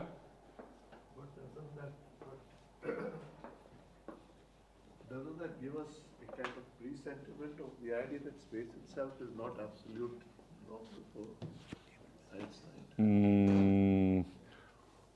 So Descartes was a very, very, very intelligent man. And like every intelligent man, even Newton, touch but not approach frontally the idea of absolute space or not. So I was because the idea of absolute space is metaphysical. So I'm not one of those think that Descartes is more naive as Newton by not claiming that the space is absolute.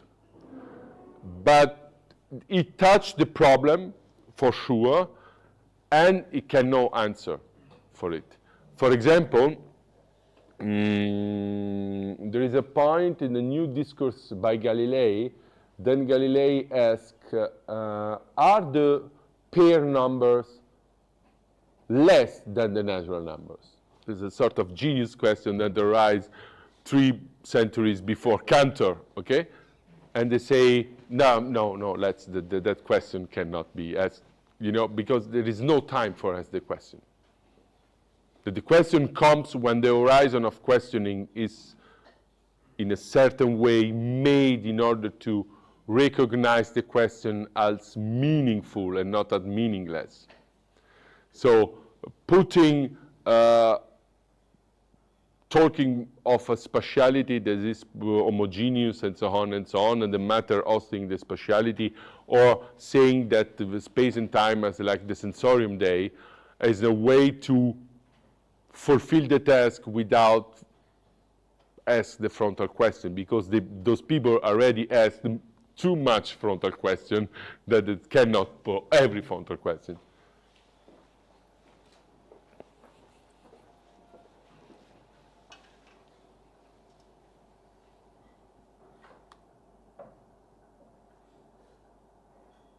So now let's join, this is where we are perfectly in time. Let's join where precisely these claims begins to be problematic. Okay? In a writing that make echoes to his writing on Cézanne and perspectival art, a French philosopher, Maurice Merleau-Ponty, in a notes on the last book, this is something prospective for the future, then it's, he died for heart attack, says something very, very important. Let's take, we are in the middle, this is in the 60s, sort of almost in the 60s, last century. Take topological space as a model of being. The Euclidean space, like perspective, is the model for perspectival being. Okay? And when we take Euclidean space, we take also those spaces that are many dimensional but also linear. That is, the Euclidean space is not a tridimensional space, is a space in which the coordinates are linear. Okay? The Euclidean space is a bit difficult, so let's take the last 10 minutes in order to comment it. The Euclidean space is the model for perspectival being. That is, once more, perspective and geometry are linked together in a Euclidean point of view. It is a space without transcendence. Why without transcendence? We have already explained, because everything can be put in the space and modeled by the geometrical arithmetical rule of the space. In this sense, there is no transcendence. Positive, because it's representable. Network of straight lines, and what's important is for us is straight more than lines. Parallel among themselves or perpendicular according to the dimension, which sustains all the possible situation, underlying appropriateness of this idea of space and of velocity, movement, time, with the classical ontology of the ens realissimum, that is God, of the infinite entity. At the opposite to this space, the topological space, on the contrary, is a milieu in which are circumscribed relation of proximity, of envelopment, etc., is the image of a being that, like Klee, a postmodern painter, touches of color is at the same time order, done everything, and of the first day, that the regressive thought runs up against without being able to deduce it directly or indirectly by choice of the best. What just you suggest? This you think already in the sense of a postmodern sense of geometry. Why we think, or why Merleau-Ponty can claim that? Because in between we have experienced the limits of these claims, the limit of the universalities of the matrices. But what is important is that we understand the limit of that matrices, or the limitation of the universality of these matrices, only by working in these matrices, not regressing to a sort of prehistorical, pre-scientific dimension. What is sort of what I mentioned yesterday, asset of science that shows, like you said, its capacities and its limits without scandal. Okay? When a system, for example, I mentioned the Ptolemaic system, okay, and at a certain point, in order to, because astronomers, all still astronomers, they try to solve problem and to fulfill good description. At a certain point, the people imagined that the planet was moving, were moved on a sort of crystal sphere, okay? When comes Tycho Brahe and says that the comets go through, and we cannot think the perfect sphere like an emmental cheese, okay? The system collapses. So the system, and it always says Thomas Kuhn, is no longer able to support inner criticism, okay? What is the difference between old vision of the world on one side and modern science on the other, and modern philosophy on the other side? That is, rationalism is able to notice the limit from inner of its apories, does not collapses.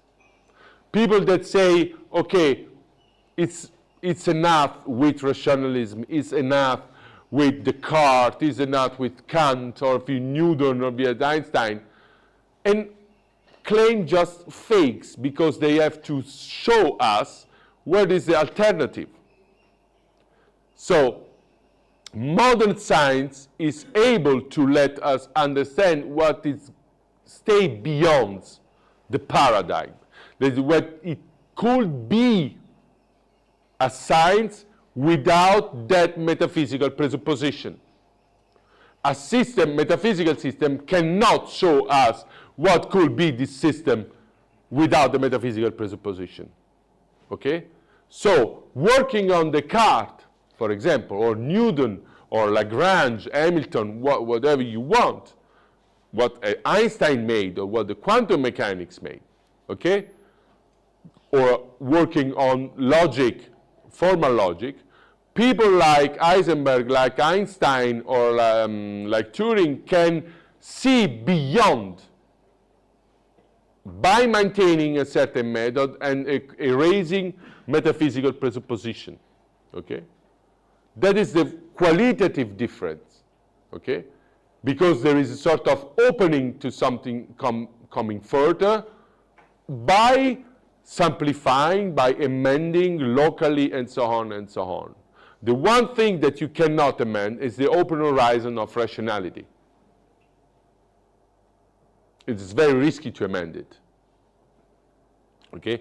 Because what will be, for example, in your question, what will be, from a non-rationalist point of view, the answer? The answer will be that the machine have a most powerful soul than human. A sort of post-humanist superstition is not. It don't help us to build computing machine. It don't help us to send satellites, to analyze particles, and so on and so on. And everybody has his own superstitions. Instead of, for example, for this complexity science that is quite different from modern science, the open horizon of discursivity remains the same. By working on the aporia, by working on insolvable problem, or by working otherwise what before appears solvable problems, by new question become a solvable problem. Okay? So tomorrow we will experience the end of the story. That's such claim, very sublime and romantic, as its limits. Okay? And from those limits, these limits arise the science of complexity. Stop. Yeah, we break for 15 minutes. There's high tea outside, and then start the discussion. Yeah, and then there will be a Q&A session.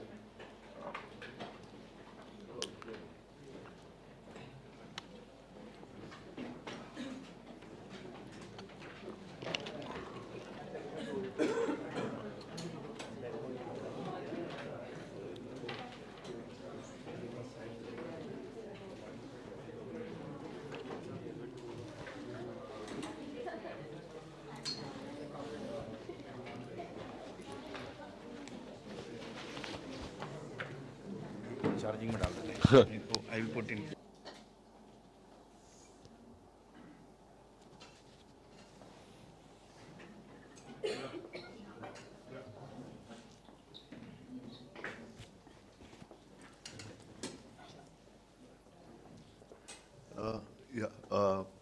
So one is a comment, and I'd like to comment on the comment, and the second is a question.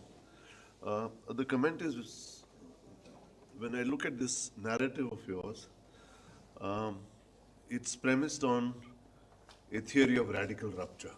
So Yeah. there's this break like this, right? And that's a big problem in. Presented as radical. Okay, all right. Okay, all right. Now, the question is, I'm still not very clear, and I'm seeking a clarification of this parallel you draw between geometrical perspective, geometrical perspective, which appears in art, and philosophical perspectivalism. So, yeah, so I want some clarity Okay. on that. So,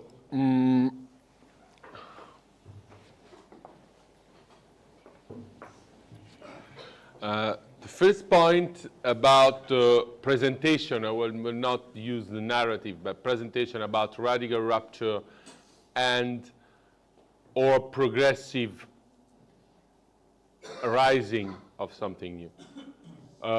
The idea of radical ruptures was pertinent at the beginning of historiography of science, if you will. Now we know, we take for certain there is not a radical rupture in the sense that something unexpected comes at one moment and before there is nothing. So, for example, let's take that there is a huge bibliography on the genesis of this kind of revolution. Let's take, for example, two very, very hard books to read from Hans Blumenberg.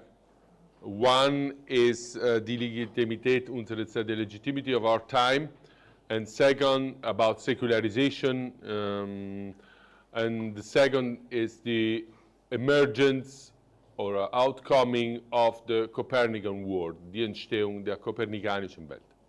So is it now just to read some pages of the 700 books to notice that there is no such ruptures in the sense of Descartes and Galilei comes from nothing and invent modern science.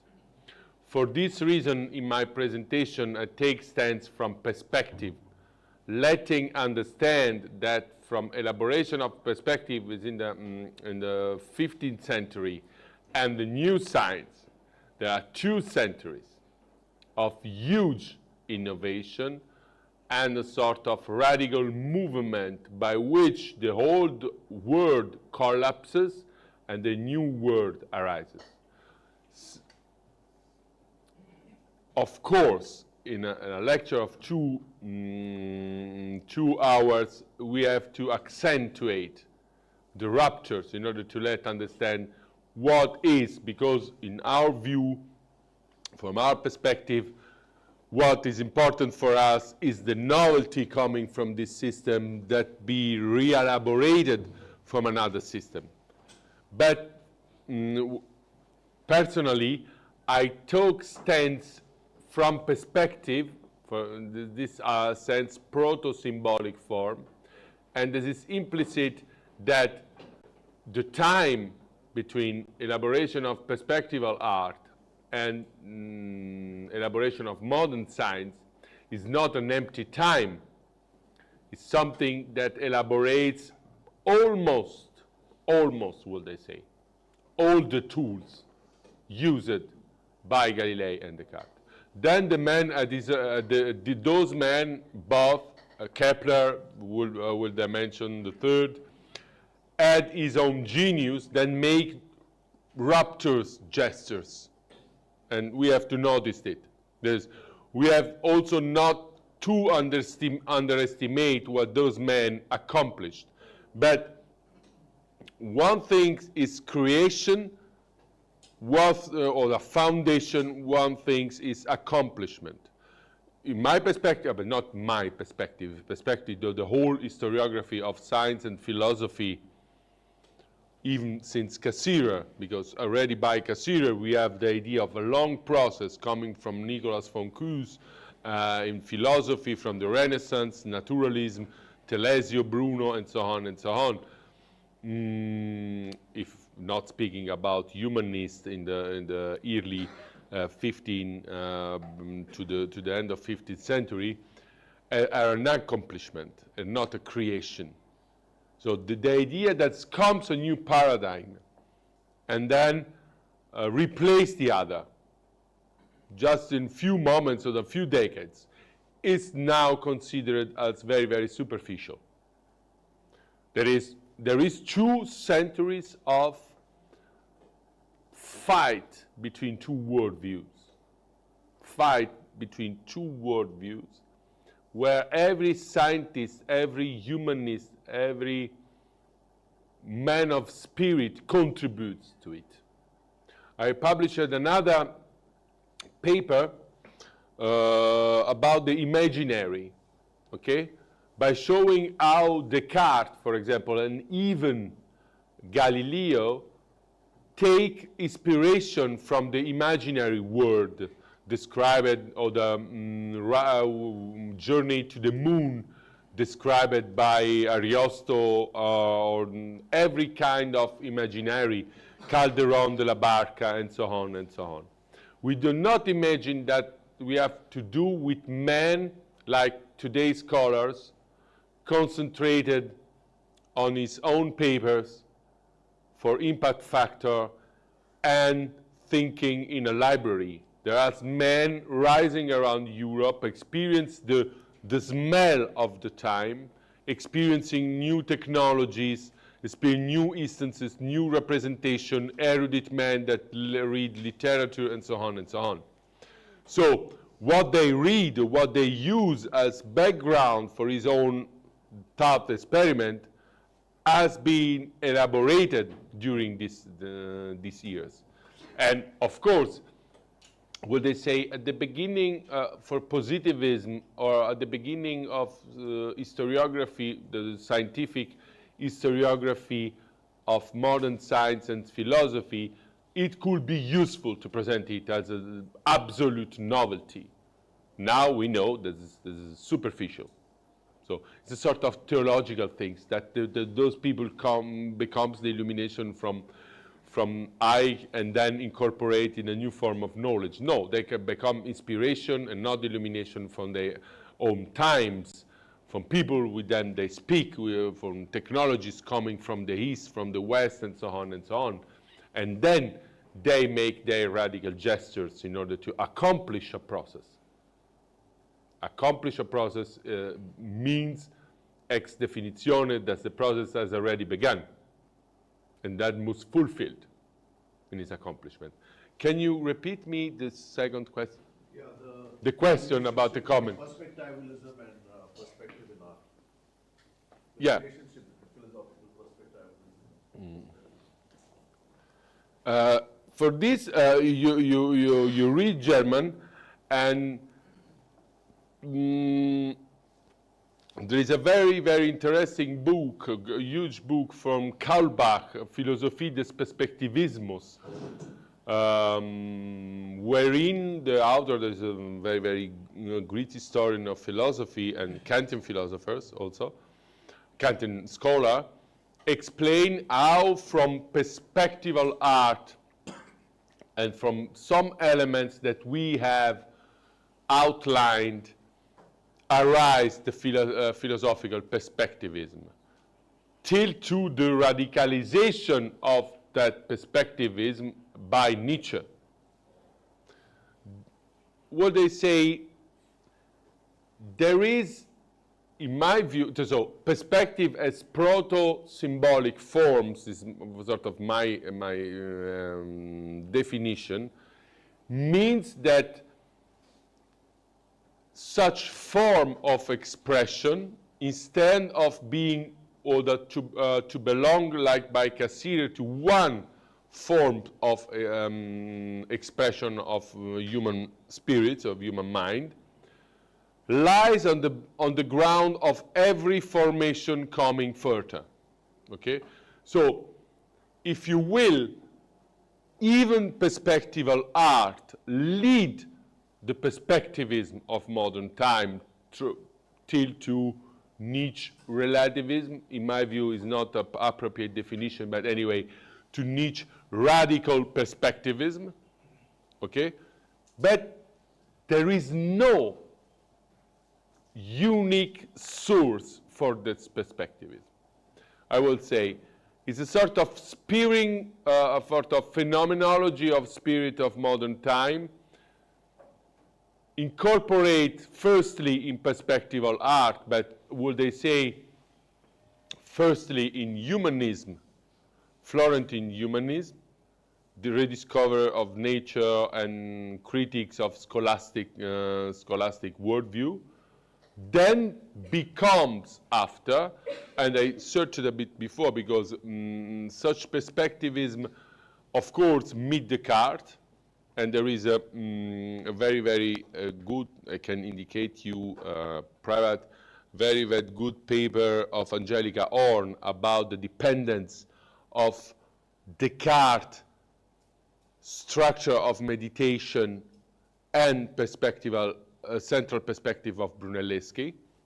But then there is Leibniz, and the first multi-perspective, perspectival philosophical account is given by Leibniz in the monadology, or the concretized in the monadology, when Leibniz said that every monad watched the universe from his own perspective. And then, of course, true by Kant and by some things.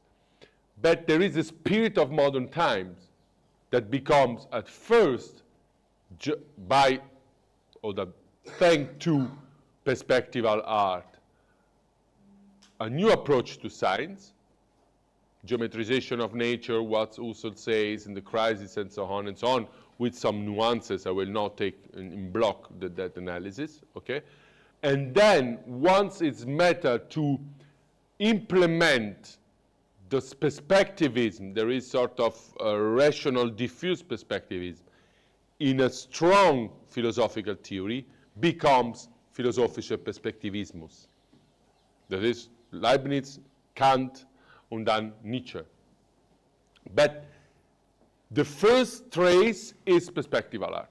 I don't like holistic metaphysical claims. As historian of ideas, we have to be careful.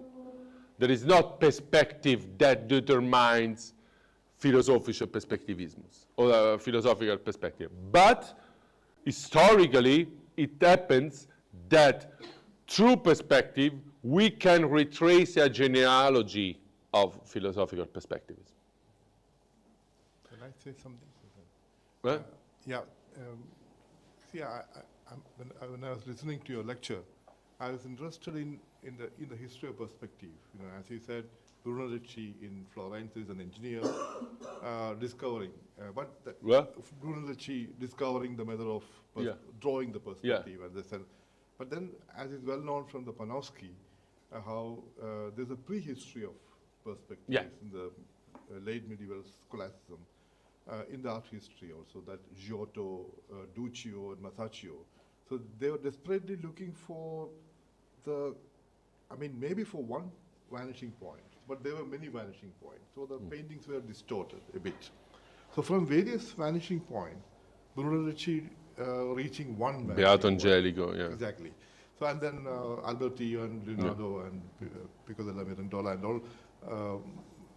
But then this again, as I mentioned yesterday, this project of modernity, that singular, you know, from various vanishing point of a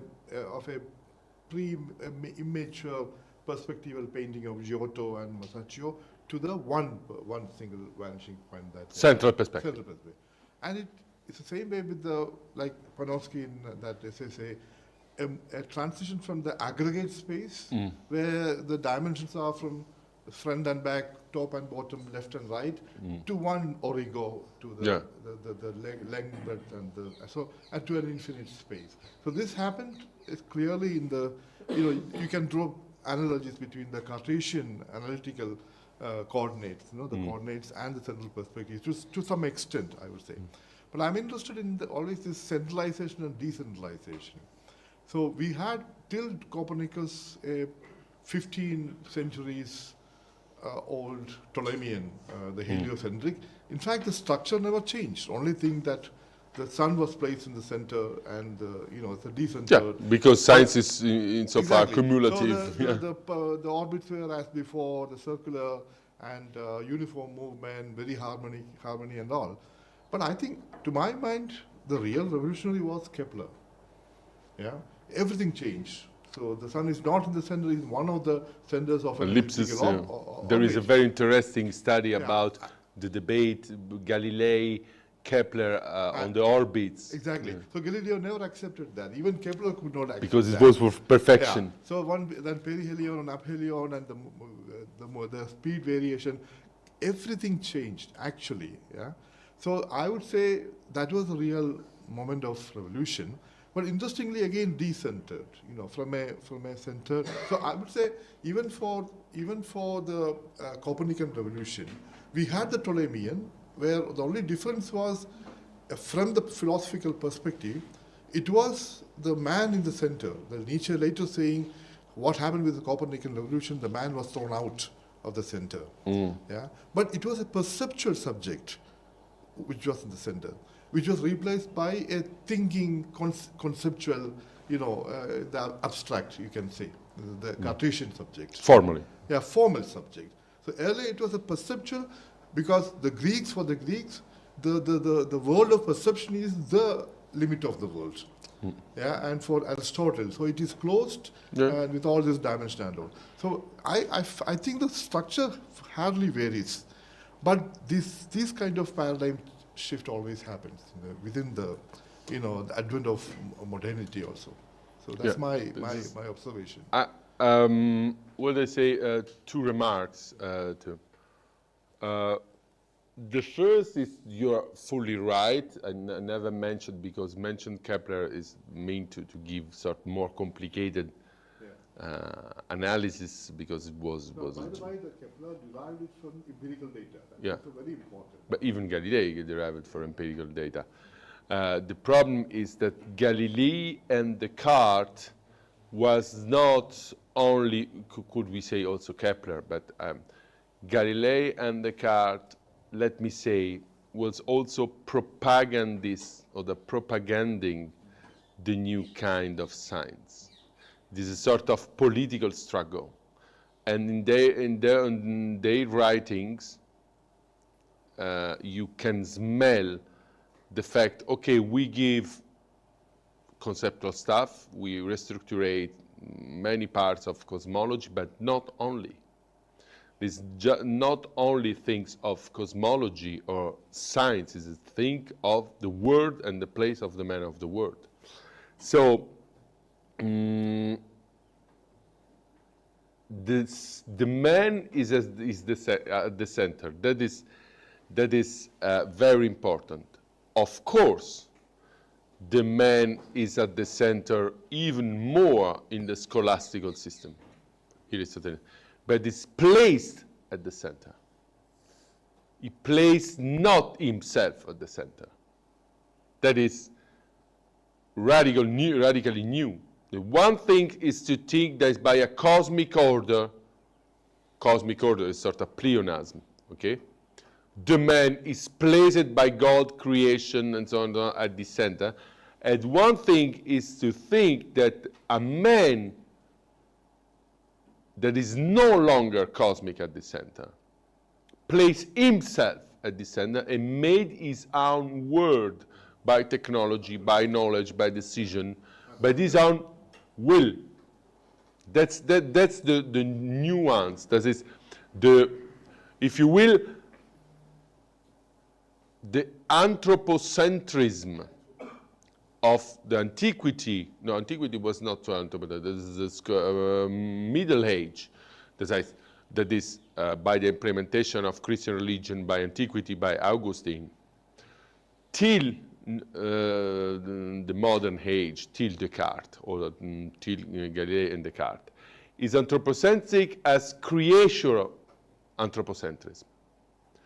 Instead of the perspective, deconstruct so radically the space, the cosmic space, the theological space. For this reason, I mentioned the Protestantism, anthropological space, that man is forced to re-establish himself at the center, and in this way, it can become a perspectival perception of himself by defining which situation he can take in the world in order to describe it, and not be placed at that place by one supernatural power.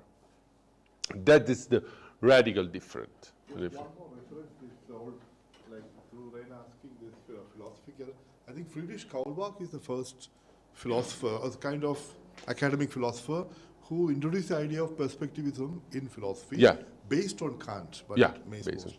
Yeah, but before I mentioned Kant, because that is a story that will be told, even if I don't accept the idea of narrative. There is just analysis from which we miss some huge part. That is, a professor studies 20 years and then should present 2 hours, and then you have some part missing. But Kant is the point, in my view, wherein a diffused perfectivism can become, through transcendental perception, this is 24th paragraph of Critique Purism, a philosophical one. Even by Leibniz, where they say there is sort of diffuse perspectivism or a multi-perspectivism, there is not, strictly speaking, a philosophical one. The philosophical one, like, for example,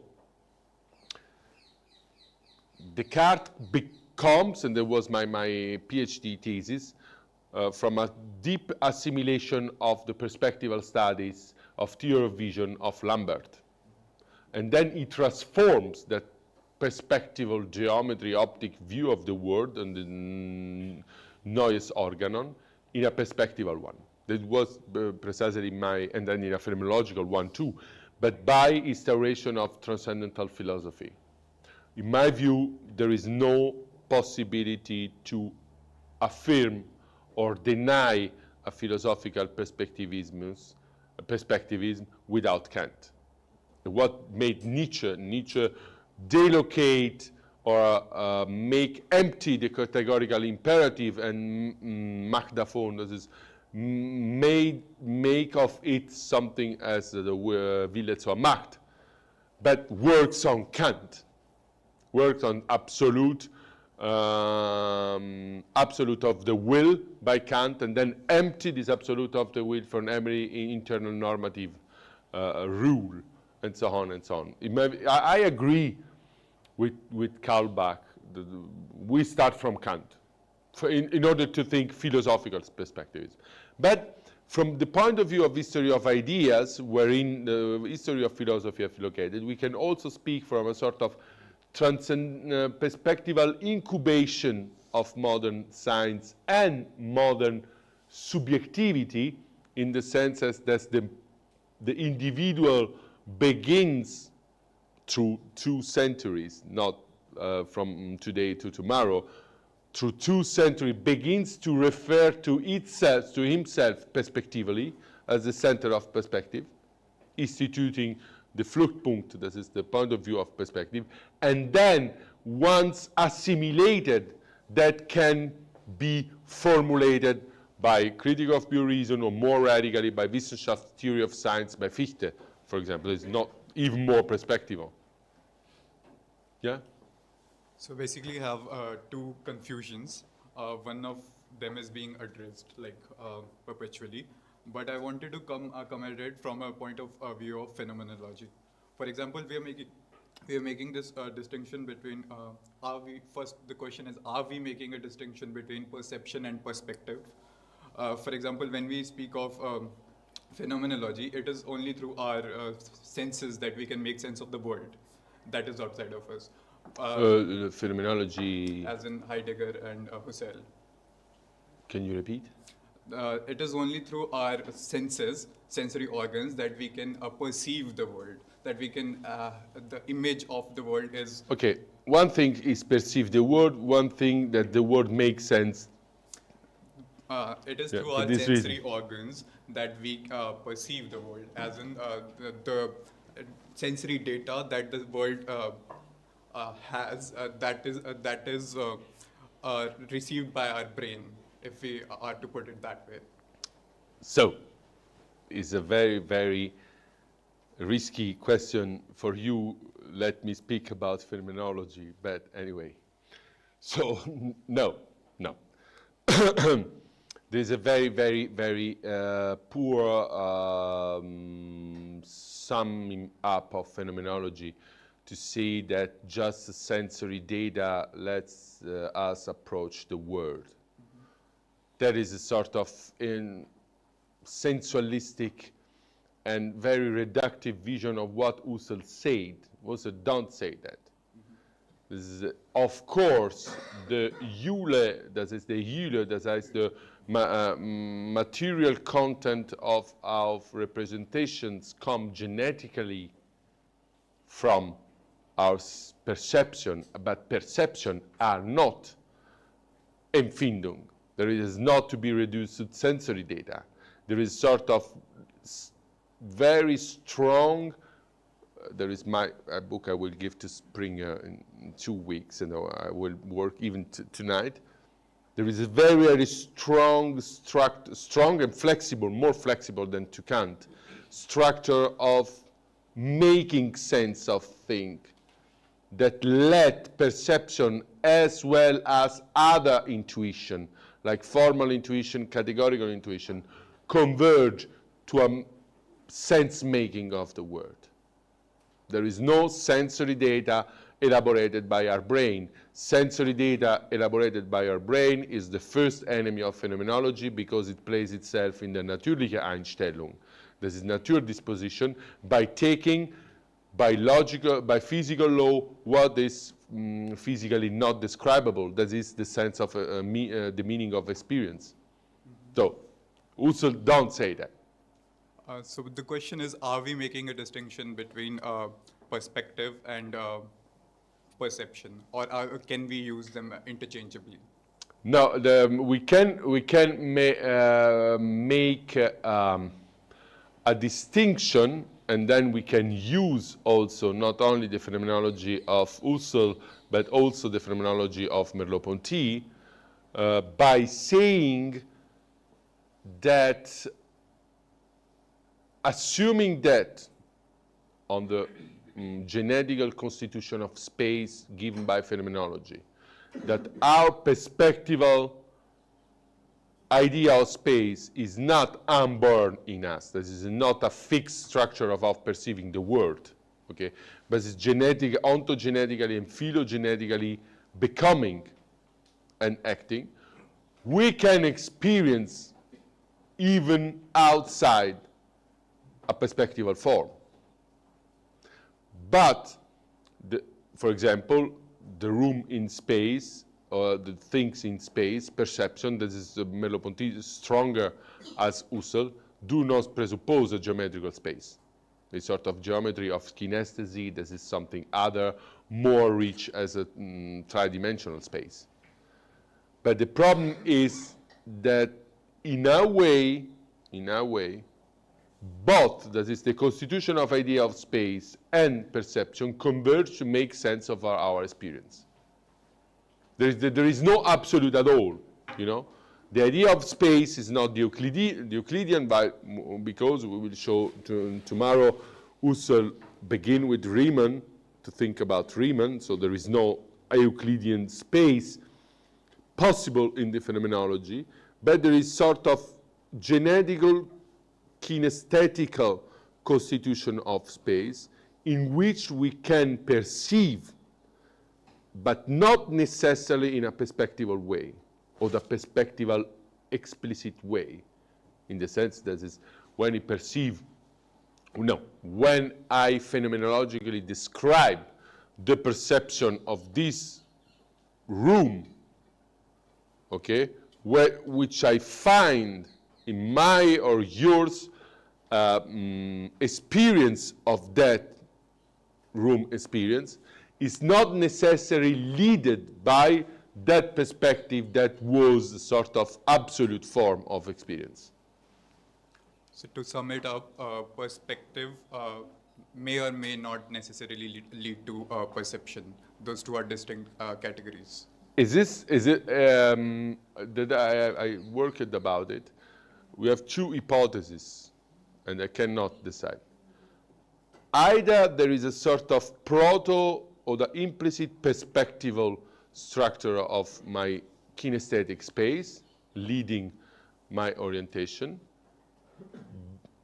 In this sense, will be a sort of corresponding form of perspective given by the Arab, by the Romans, by Giotto, and so on, without formal or categorical intuition or the formal intuition of dry-dimensional space, and so on, or both are completely free. It means that a perspectival experience is a sort of phylogenetical construct that will be assumed to me by teaching or by the life world, and then transform my way to perceive the world. Okay, understood.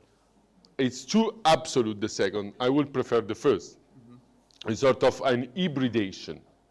Okay. The second question being, so I'm a bit confused as to what position are we taking as regards the subject. In your essay, to regard to the subject as subject in philosophy. Where do we place the subject? This question was raised yesterday by Arjun as well. But in your essay, Perspective and Spatiality in the Modern Age, you write, an infinity can only be grasped by an egological metaphysics. But when we spoke of positivism in between, at one point you said... that is by reference to Descartes. Mm-hmm. That is, you are saying the infinity is deeply linked to egology and instituting the metaphysical egology as such. So the link between, in the modern age, between the idea of infinity and metaphysical egology is clear. I will not say that it's evident, it's clear. But when we spoke of positivism and Newton at one point, you said that with Newton, a loss of narcissism began. But Newton, Copernicus. With Copernicus, yeah. Yeah. Yeah. So, and with regards to Newton, you said that the reality is created by our mind. No. Okay. No. Let's take the things. But one thing is metaphysical egology, and at the end of the lecture, I say that, in my view about philology, it's false to pretend that Descartes said that my ego create or constitute the world. That's so. I don't understand what has to do with Newton.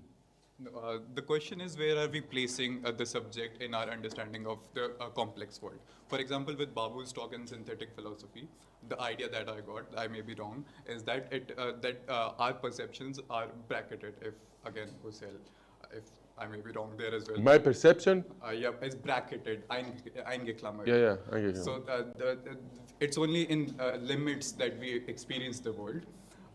So when we speak of understanding complex words, are we speaking of a reality that is beyond, that transcends the subject? That is the simple thing. So the very good question that is, we can maintain transcendental subject in a concept, in a complex world. That is the question. Yeah, that is the question. So it depends from which point of view you consider the transcendental subject. From the Kantian point of view, no, because it's impossible. I would like, but it's impossible.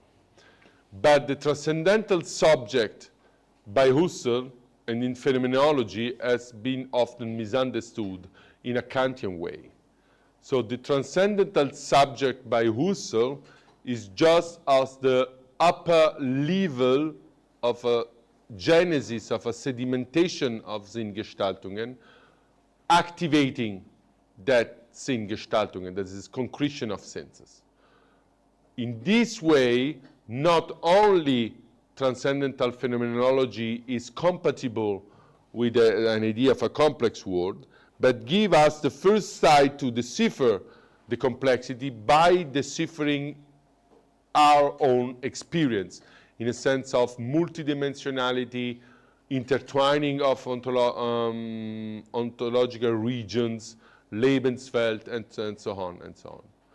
But you have to understand what is the status of transcendental by Husserl. And many people, having read just cursively Ideen 1, Ideas 1, make the mistake to take and have a misunderstanding what Heidegger's make with Husserl and the confrontation between Heidegger and Husserl, think that the transcendentality of the subject, of the structure of experience by Husserl is a Kantian one. It's not true. We have to deal with two different levels. One is how we can find not only in Ideas 1, but if we find even in the late writings of Husserl, that when the genetic phenomenology is introduced, and the transcendentality is another kind of stuff, okay? And second, do not overestimate, do not underestimate the play that was played by Heidegger identifying the transcendental subject in phenomenology and the transcendental subject by Kant. It's it's seemingly nothing to do with a complex world, but the question makes sense. That is, what is of transcendentality in a complex world? It is more than pertinent as question. I will answer, it can match together. It depends which level of transcendentality, which form or which shape of transcendentality you take. Thank you. It's a very long discourse. So for example, Patočka mentioned an asubjective phenomenology, and we consider that this is a sort of middle way between transcendentalism and asubjective phenomenology, that you can locate the right thinking of Husserl about subjectivity. Because transcendental subjectivity by Husserl, beyond to be the pole of activating a noetical function, is a concretion. And then this is a genetical one. This is more compatible with a complex world. More and more considering the fact that Husserl is the first that mentioned the life world as multidimensionality.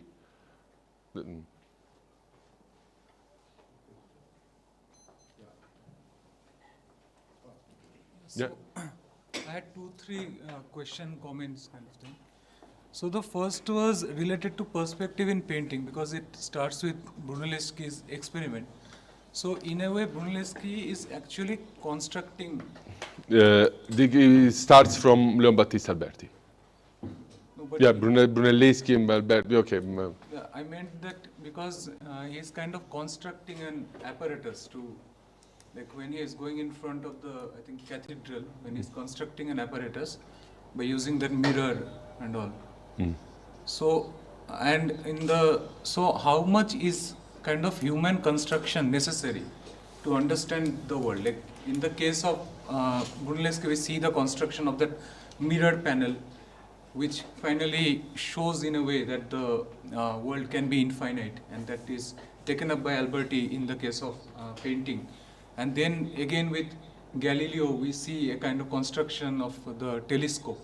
And the other aspect of it is that both of them ask the observer that you can come in front of it and see for yourself what the world is. Can you repeat the last part? Like both of them, both Galileo and even Brunelleschi, they actually in a way invite the observer to come in front of the apparatus and see for yourself. And so there is a no kind of, there is a, in a sense, there is a kind of democratization also, like anyone can understand. I think. Shareable, share. It's shareable. So how much is human construction necessary, or in a way experiment necessary for understanding this truth, or how much of an like experiment is necessary for a demonstration of truth for everyone? Okay, just the first question. This is a huge question. Let me answer. Just one remark. For me, the turning point on perspectivism is Piero della Francesca, the Perspectiva Pingendi.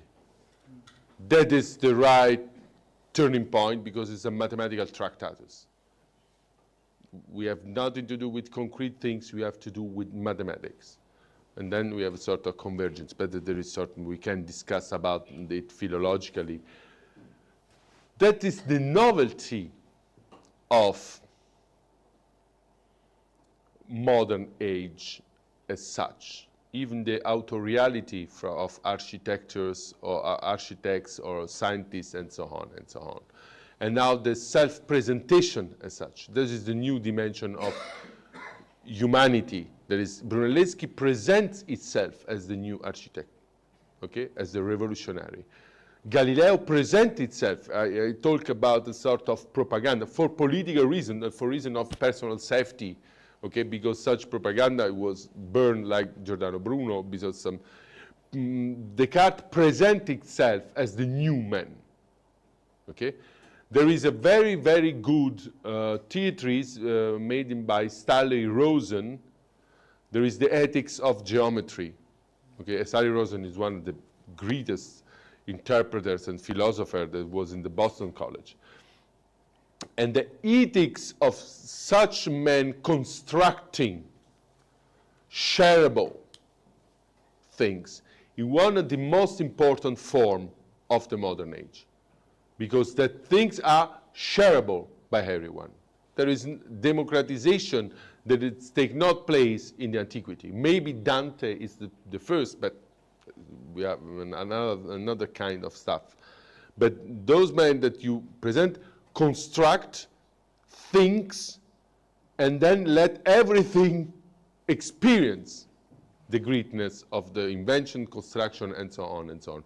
You're perfectly right by associating the cupola and the cannocchiale. One is very small, beautiful.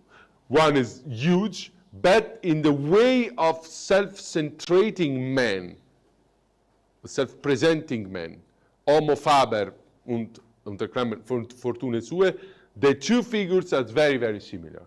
They are the alpha and the omega, if you will, in the middle stay, Leonardo da Vinci and Michelangelo, the alpha and the omega of a very anthropological revolution. This is the first question. I answered to the question? Yes.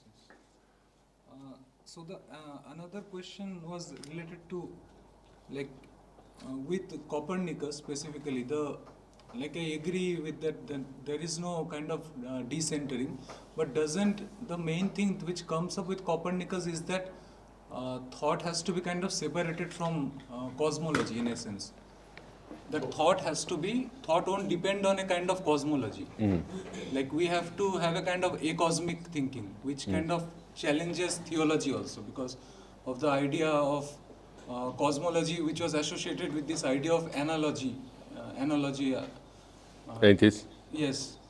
So doesn't it come with Copernicus that thought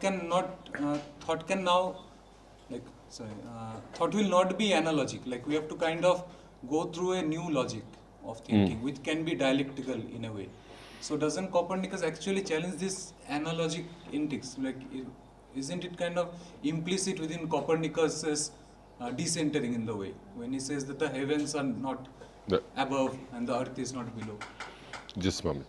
We have not to underestimate the danger of Copernicus in the play of decentralization.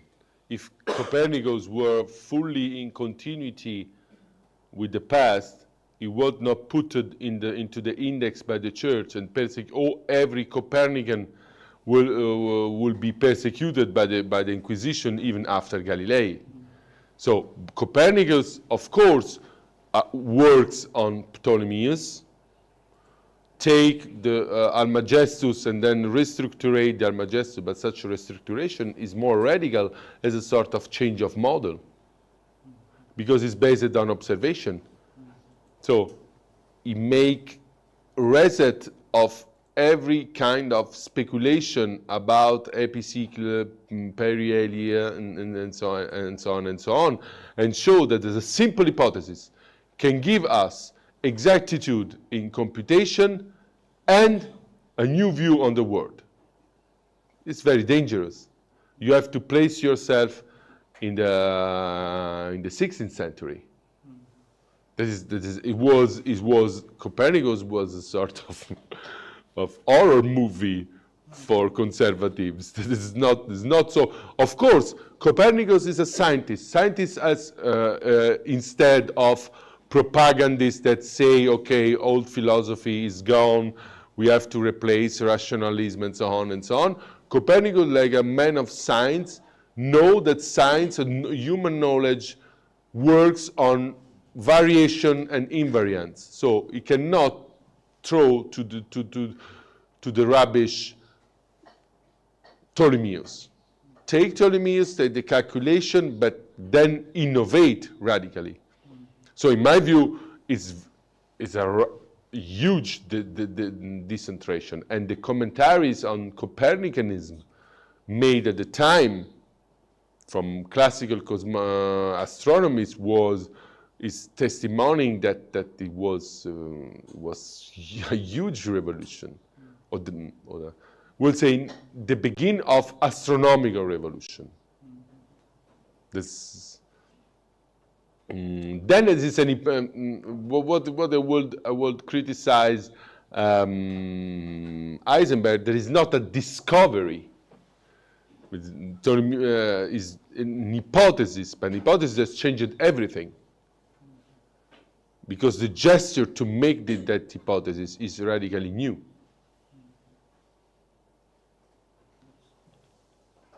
And another last thing, because you are talking about perspective and this infinitization of the universe. So I was thinking, how do you place Nicholas of Pusa in all of this? I've mentioned because it's a huge place. If you will, I cannot do everything, but I just mentioned because play a huge role. It's sort of the philosopher that opens to every kind of mathematical approach to philosophy and open approach to philosophy in the Renaissance. Already Cassirer mentioned that. This is without Nicolas von Kues, we cannot think the philosophy of Renaissance. It's a sort of wonder of the philosophy, just a bit like by Leibniz, this man that can project himself, and even Jaspers wrote beautiful pages on Nicolas von Kues. This is that give up the sense of novelty of the man of the Renaissance. Infinite, Doctor Ignorantia, De Berillo are all works that entail the spirit of novelty of the new man, new philosophy, new thinking in the Renaissance. And then the idea of infinite. But what they say, not like by Descartes. The we can discuss, and I'm not a specialist of Nicolas Foncuse, but by Descartes, the infinite is something related. What many people do not understand, or that we don't will to hear, is that the philosophical concept that we find by Descartes are introduced after many years of genius works on science. So when Descartes differentiates the infinite and the indefinite, okay, and then put the infinite as the first trace of God, that is a second fixed point at the horizon in face of the ego, is because it needs of infinity in order to fulfill its mathematical structure. I just want, I mean, before I give it to you, I just want to one point, this based on this Cusanus. To my mind, it is Cusanus or Nicolas von Cusa is much more cosmological or anthropological than Descartes, because, for example, the very first idea of infinite space. But he's saying the space is infinite, but if the space is infinite, every point is a center point. Very mathematical. If the space is infinite, every man is in center. It's not that one subject is in center. So it's more of more concrete than the Descartes point of view, because it's from a speculative point of view. Yeah, exactly. Not just speculative. I mean, see, it's a logical argument. If the space is infinite, every point is a center point. It's more of a, I mean, if you, based on the universal particular debate, which was very prevalent at that time, is the particularism quite strong in Cusanus. Just one remark. The second point is, again, I mean, see, the Brunelleschi, no, he lived in the Renaissance. Yeah. My thesis is, of course, you construct a geometrical world in Renaissance.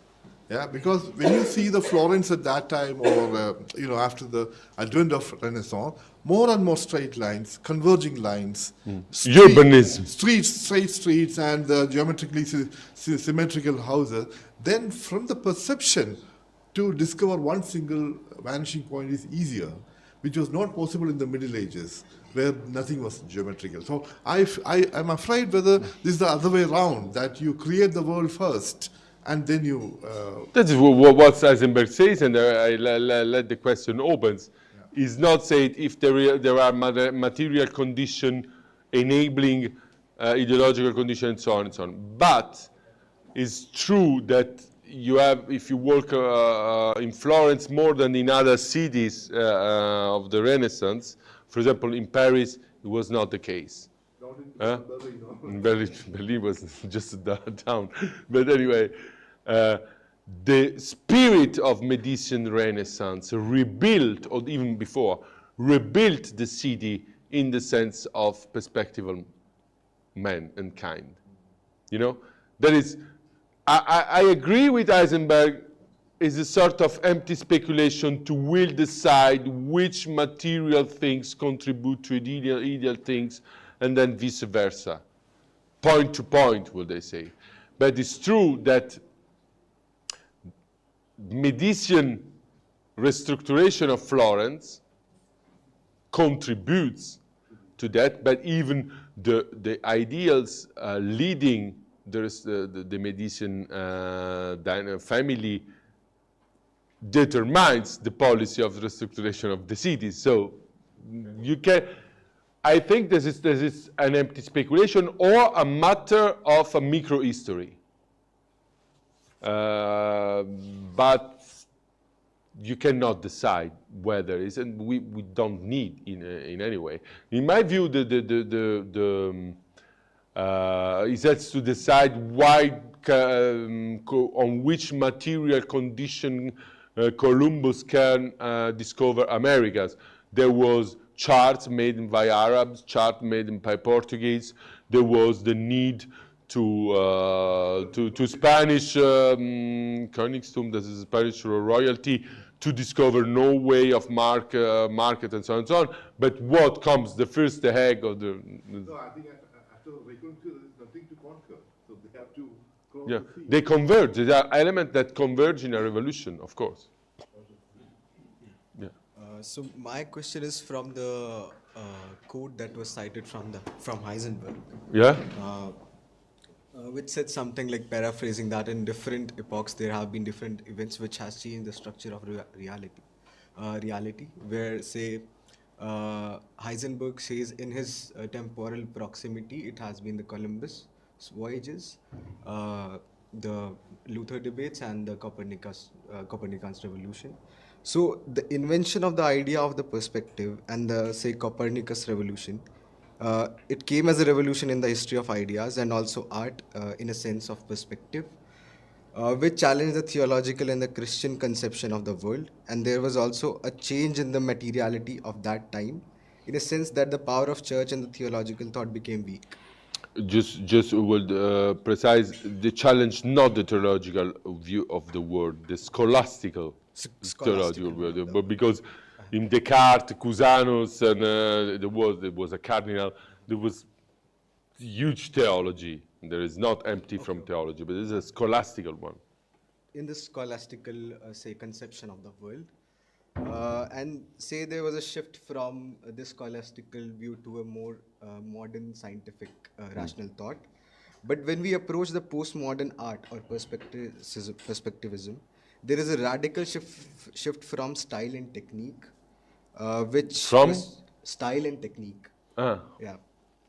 Which perspective is a part of, and the conception of postmodern art is such that it says that the idea matters more than whatever the technique or style is. So how does that change the material? This is a sort of popular version of postmodern art, but I mean, or the idea of this, we can comment is a bit ironically, the idea of the seller, of the gallerist, make more sense as the work of the artist, but that is some sort of, say, most postmodern, that's how it is going in the contemporary art world also. Yeah. But so how does that change the materiality of today's world? And if the Copernicus discovery and the introduction of the idea of perspective is a revolution, then is the postmodern idea of the deconstruct, is it a counter-revolution? Counter-revolution, but not in a reactionary sense. Okay. In my view, as we will see tomorrow, because tomorrow we will play even from avant-gardism in painting, even while mentioned, and because there is some paper on it that is very, very interesting, a new scientific revolution. But I would not say there is a sort of counter-revolution in reactionary sense. This is not a sort of reestablishment of this idea of order. It's just an overcoming this strict idea of perspective, of draw before painting, many gestures in, for example, let's take the example between the master, Rodin, and his child, his artistic child, this is Brancusi, okay? I will not say that Brancusi, by approaching like Picasso, form or Modigliani, forms of sight that are more near to iconical painting or iconical Duccio, Madonne are conservative in sense of counter-revolution. It's just take another direction. Opposite to the first, but not the way back, you know? So Brancusi is not the sculpture that you can find in a dome in Germany. Is more rich and is nourished from the overcoming of modern sculpture. You know? So how is it? Is this counter-revolution? Is this contra this revolution, or the contra the establishment of this revolution as the norm? That's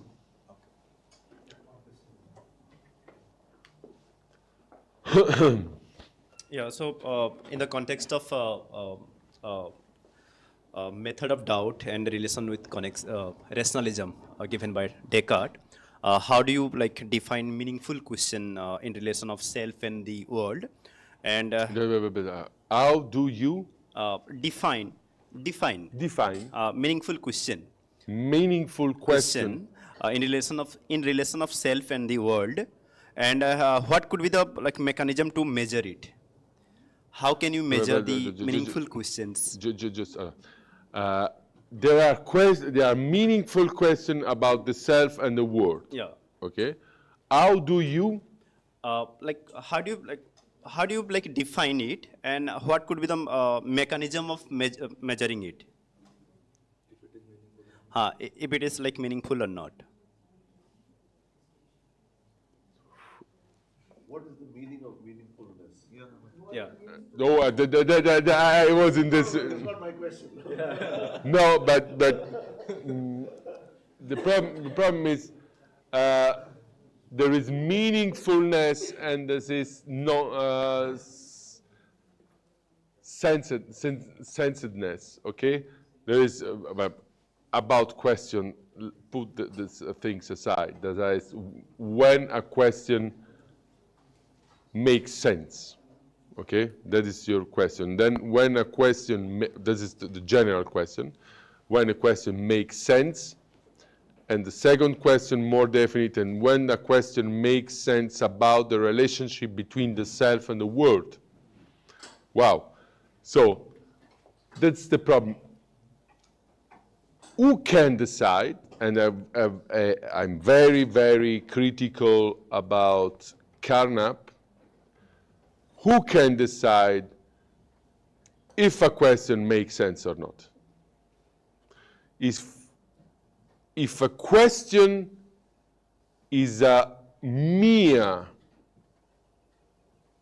so I will just prevent you, my Bildschrift is on questioning and philosophy. This is Philosophie und Frage, so we can stay here for hours, but anyway. So if a question is a pure theoretical question, okay? That is question oriented to knowledge, okay?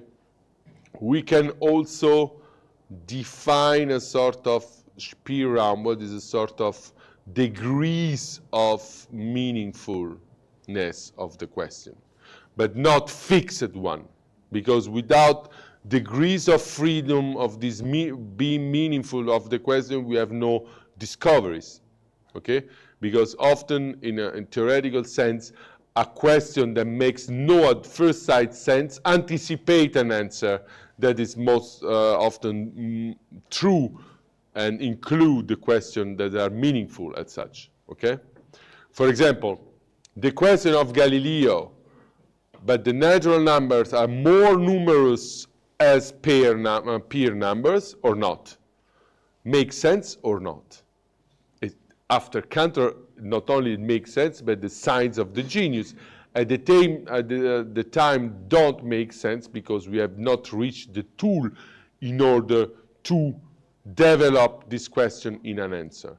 So I will not so logical positivist to say a question makes sense just when inscribed in a framework or when open to a possible answer, like Wittgenstein, second case, or Carnap, first case, okay? But let's say, be not also so mystical. There is with question and the meaningfulness of the question, we can also find a sort of space of degree of freedom. It don't make sense, but anyway, it's linked to a sort of sense concretion or a sense structure that by variation, by enlargement, can make also sense, okay? But in general, a question makes sense because come from a need of man. So in this case, there were no sort of practical sense of questioning. There is not the meaning of the question, okay? And in this sense, the question about my relation to the world not only makes sense, but inhabitate our lives. So it makes sense per se.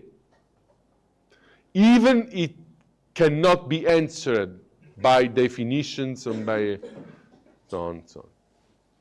This is the first question? Yeah. I have a question related to phenomenology. Yeah?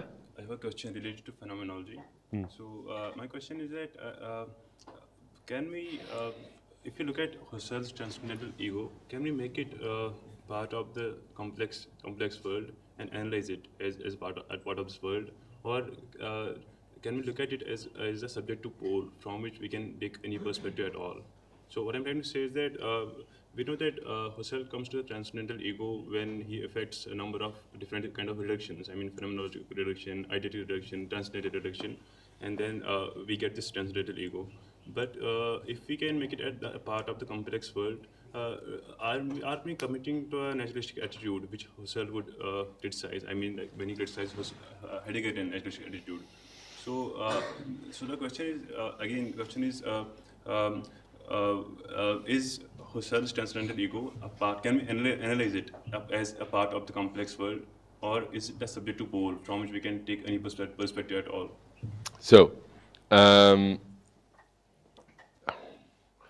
at first, let me just cautionally say we have to define a sort of general thinking of complex world in order to locate what the phenomenology can say in this global perspective. It's not too easy, believe me. And the second point, I will to show, address you to the, for example, to the paragraph 41 of the Cartesian meditation, where we find a sort of threefold stratification or the sedimentation of the ego, when the transcendent ego als Ich-Pol is just the epiphenomenal or epistructural level. What this means? It means that even in a complex world, even when we think naturalistic the phenomenology, that is, we think ontophylogenetically a sort of evolution of our cognitive structures, we need a sort of activating pole of attention. If I, for example, if I orient my attention from our fellow here to the camera, in the sense, okay? I activate also two different framework or pneumatic structure that let me experience our fellow man with some pneumatic properties linked to ideality and so on, to the camera that is just another kind of situation, okay? So I would wonder how a complex world can change this epistructural need in order to conceive experience. What is important is what stay below. That is how not only the noetic activity will activate, but on which they will rooted, that is in the noematic. And when we think the noematic, we encounter complexity. Because we can not reduce, but we can derubricate the noetic stability of our cognitive function in a phenomenological sense to the epigenetical, morphogenetical evolution of our cognitive structure, directing attention, thematizing, focusing, splittering, even categorical intuition can be reduced to that, and so on and so on. Abstraction, idealization, every form of pneumatic Leistung, performance, can be just the epistructural, epiphenomenal issue of an evolution, okay? That is not incompatible with complexity, word complexity. But you can maintain it as a stable or a fixed point. In order to experience something, we need a sort of stability of neurological function that traduce themselves in a sort of transcendental pneumatic activity or thematization, and so on and so forth, etc., etc. But you encounter complexity when you go to the lower layers of constitution of the subject. Personal identity, intersubjectivity, self-reference. For example, today I would wonder that someone could phenomenologically pretend that we have only one form of self-reference and not a multiple form of self-reference. It depends how you will deal, like yesterday, with an heritage. in my view, we are not to stay at Husserl, that was a man of the 18th century, 19th century, in order to think phenomenologically today. We have taken account not only Heidegger, but also Maturana, Varela, Petitot, and other people, Patočka, Merleau-Ponty. But this sort of struggle against transcendental subjectivity seems often to be empty, because the people don't read books, take a simple thesis among 5 or the 6 matters, writings, manuscripts, and so on and so on. That's a transcendent subjectivity.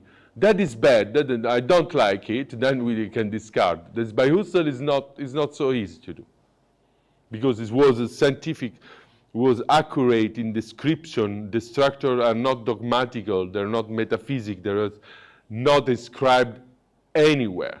Maybe the one thing that by Husserl is not put in discussion is the structure of formal apophansis that brings to a formal ontology.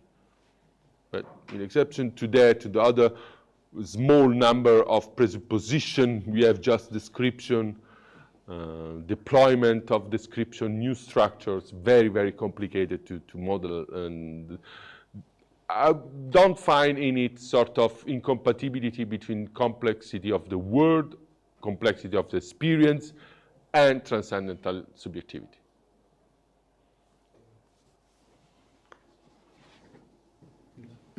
As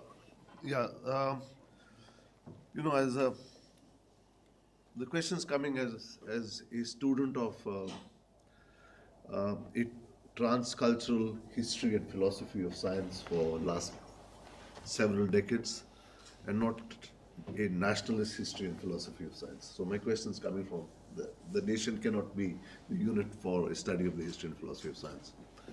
So from that point of view, when I really liked your opening remarks on theoria, ways of seeing, and the connection between ways of seeing and geometry.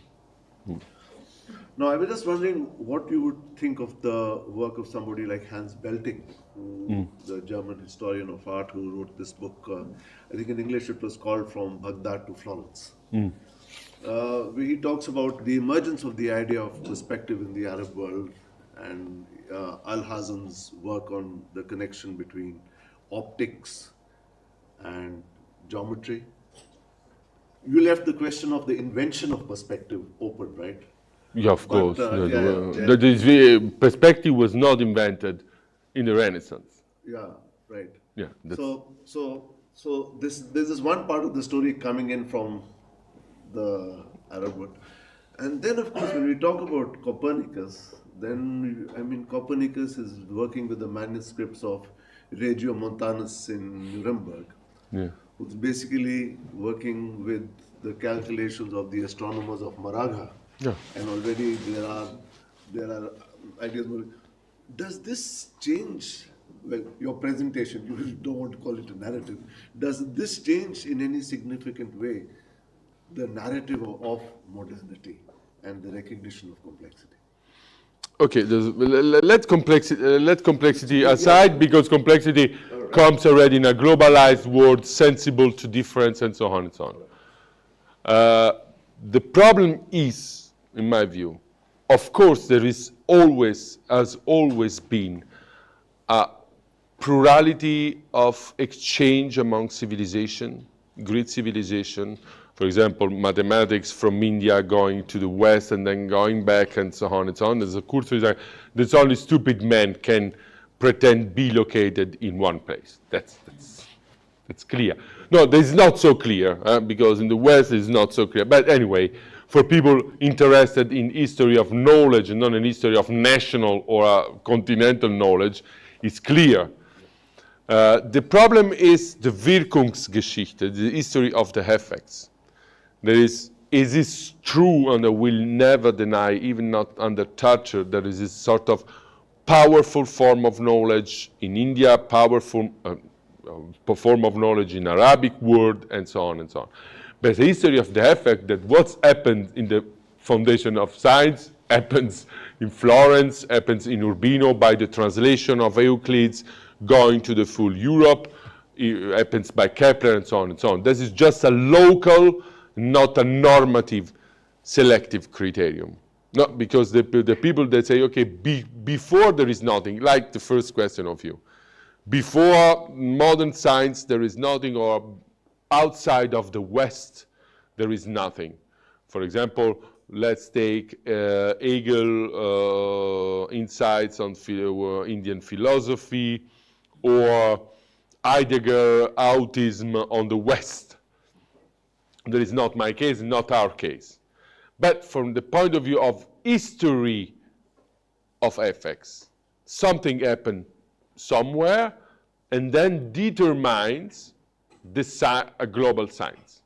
That's just, but it is not a normative criterion, because the history of science knows. But I will not be too radical as the scholars of the Schola. I will not say the Schola, or people like Viveros de Castro, that in a decolonial sense say that the indigenous civilization of Amazonas are so raffinated as Plato, even if there has no written books.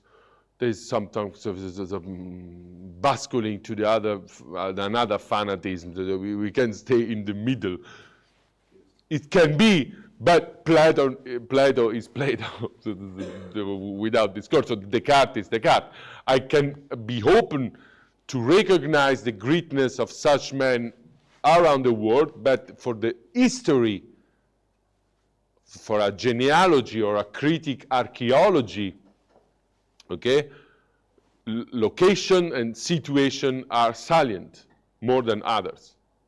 So what happened in Florence, there is not a revolution of words art, because art, but from the point of view of intertwining between anthropology, science, and technology is more decisive than other places or other times. You understand me? No, I know that history, but I think what recent work begins to has begun to show is that this was a joint project. With that? That this was a joint project. In the older histories, the project was something where, well, the Jesuits went there and the Jesuits met these people and they discovered that. And I spent 15 years of my life reading Italian and French Jesuits in the 17th century. Leibniz was the first to recognize you have to dialogue with Indian civilization at the same level, and not to pretend. What happens is that this combination, this complex, is something which is jointly produced. Yeah, that's humanity at all. Exactly. Yeah, it is it's not European, of course. Yeah, it's produced within an institutional rubric of the West, created in the West, but it is jointly produced. Yeah, this is because we cannot retrace all the confluences. That's no, but this is important to say, because there are some people that think that the white man made the science, and this is a very stupid thing. And this is a joint project. The knowledge, that is what differentiates knowledge from fanatism. I said yesterday, there is something shareable from everyone. So nobody don't know who invented the zero in the Hindu temple. That is a Ktema SAA, then went to the through the lens and reach another place, but that is true. For example, the algebra came from the Arab world, and Descartes fully nourished from the algebra of our world, because the Arab world discovered the algebra. But then at this place happened something. But without claiming that once invented, that place can dislocate back in order to build other tradition, elsewhere. That is what distantiates us from fanatism, because, as you said, it's a joint project, And what makes a joint project of humanity different from particular project of nationalism or continentalism or racialism and so on? So I think for today and tomorrow, again back to normal, right? Back to the 202. So we have that till 1, 202, 2 o'clock. So if I come in 5 minutes earlier, then we get done exactly at 2 o'clock. Thanks for the participation, and I hope to see you all tomorrow. Tomorrow is Sunday. Thanks, Pastor. Thanks to you. Long conversation. no, for attention and passions. Ah, okay. എനിക്ക് ഈ computer of ചെയ്യല്ലേ of ചെയ്യണം എനിക്കൊരു 10 minute നിങ്ങൾ pack ചെയ്യാം ഞാൻ അന്നേരത്തിന്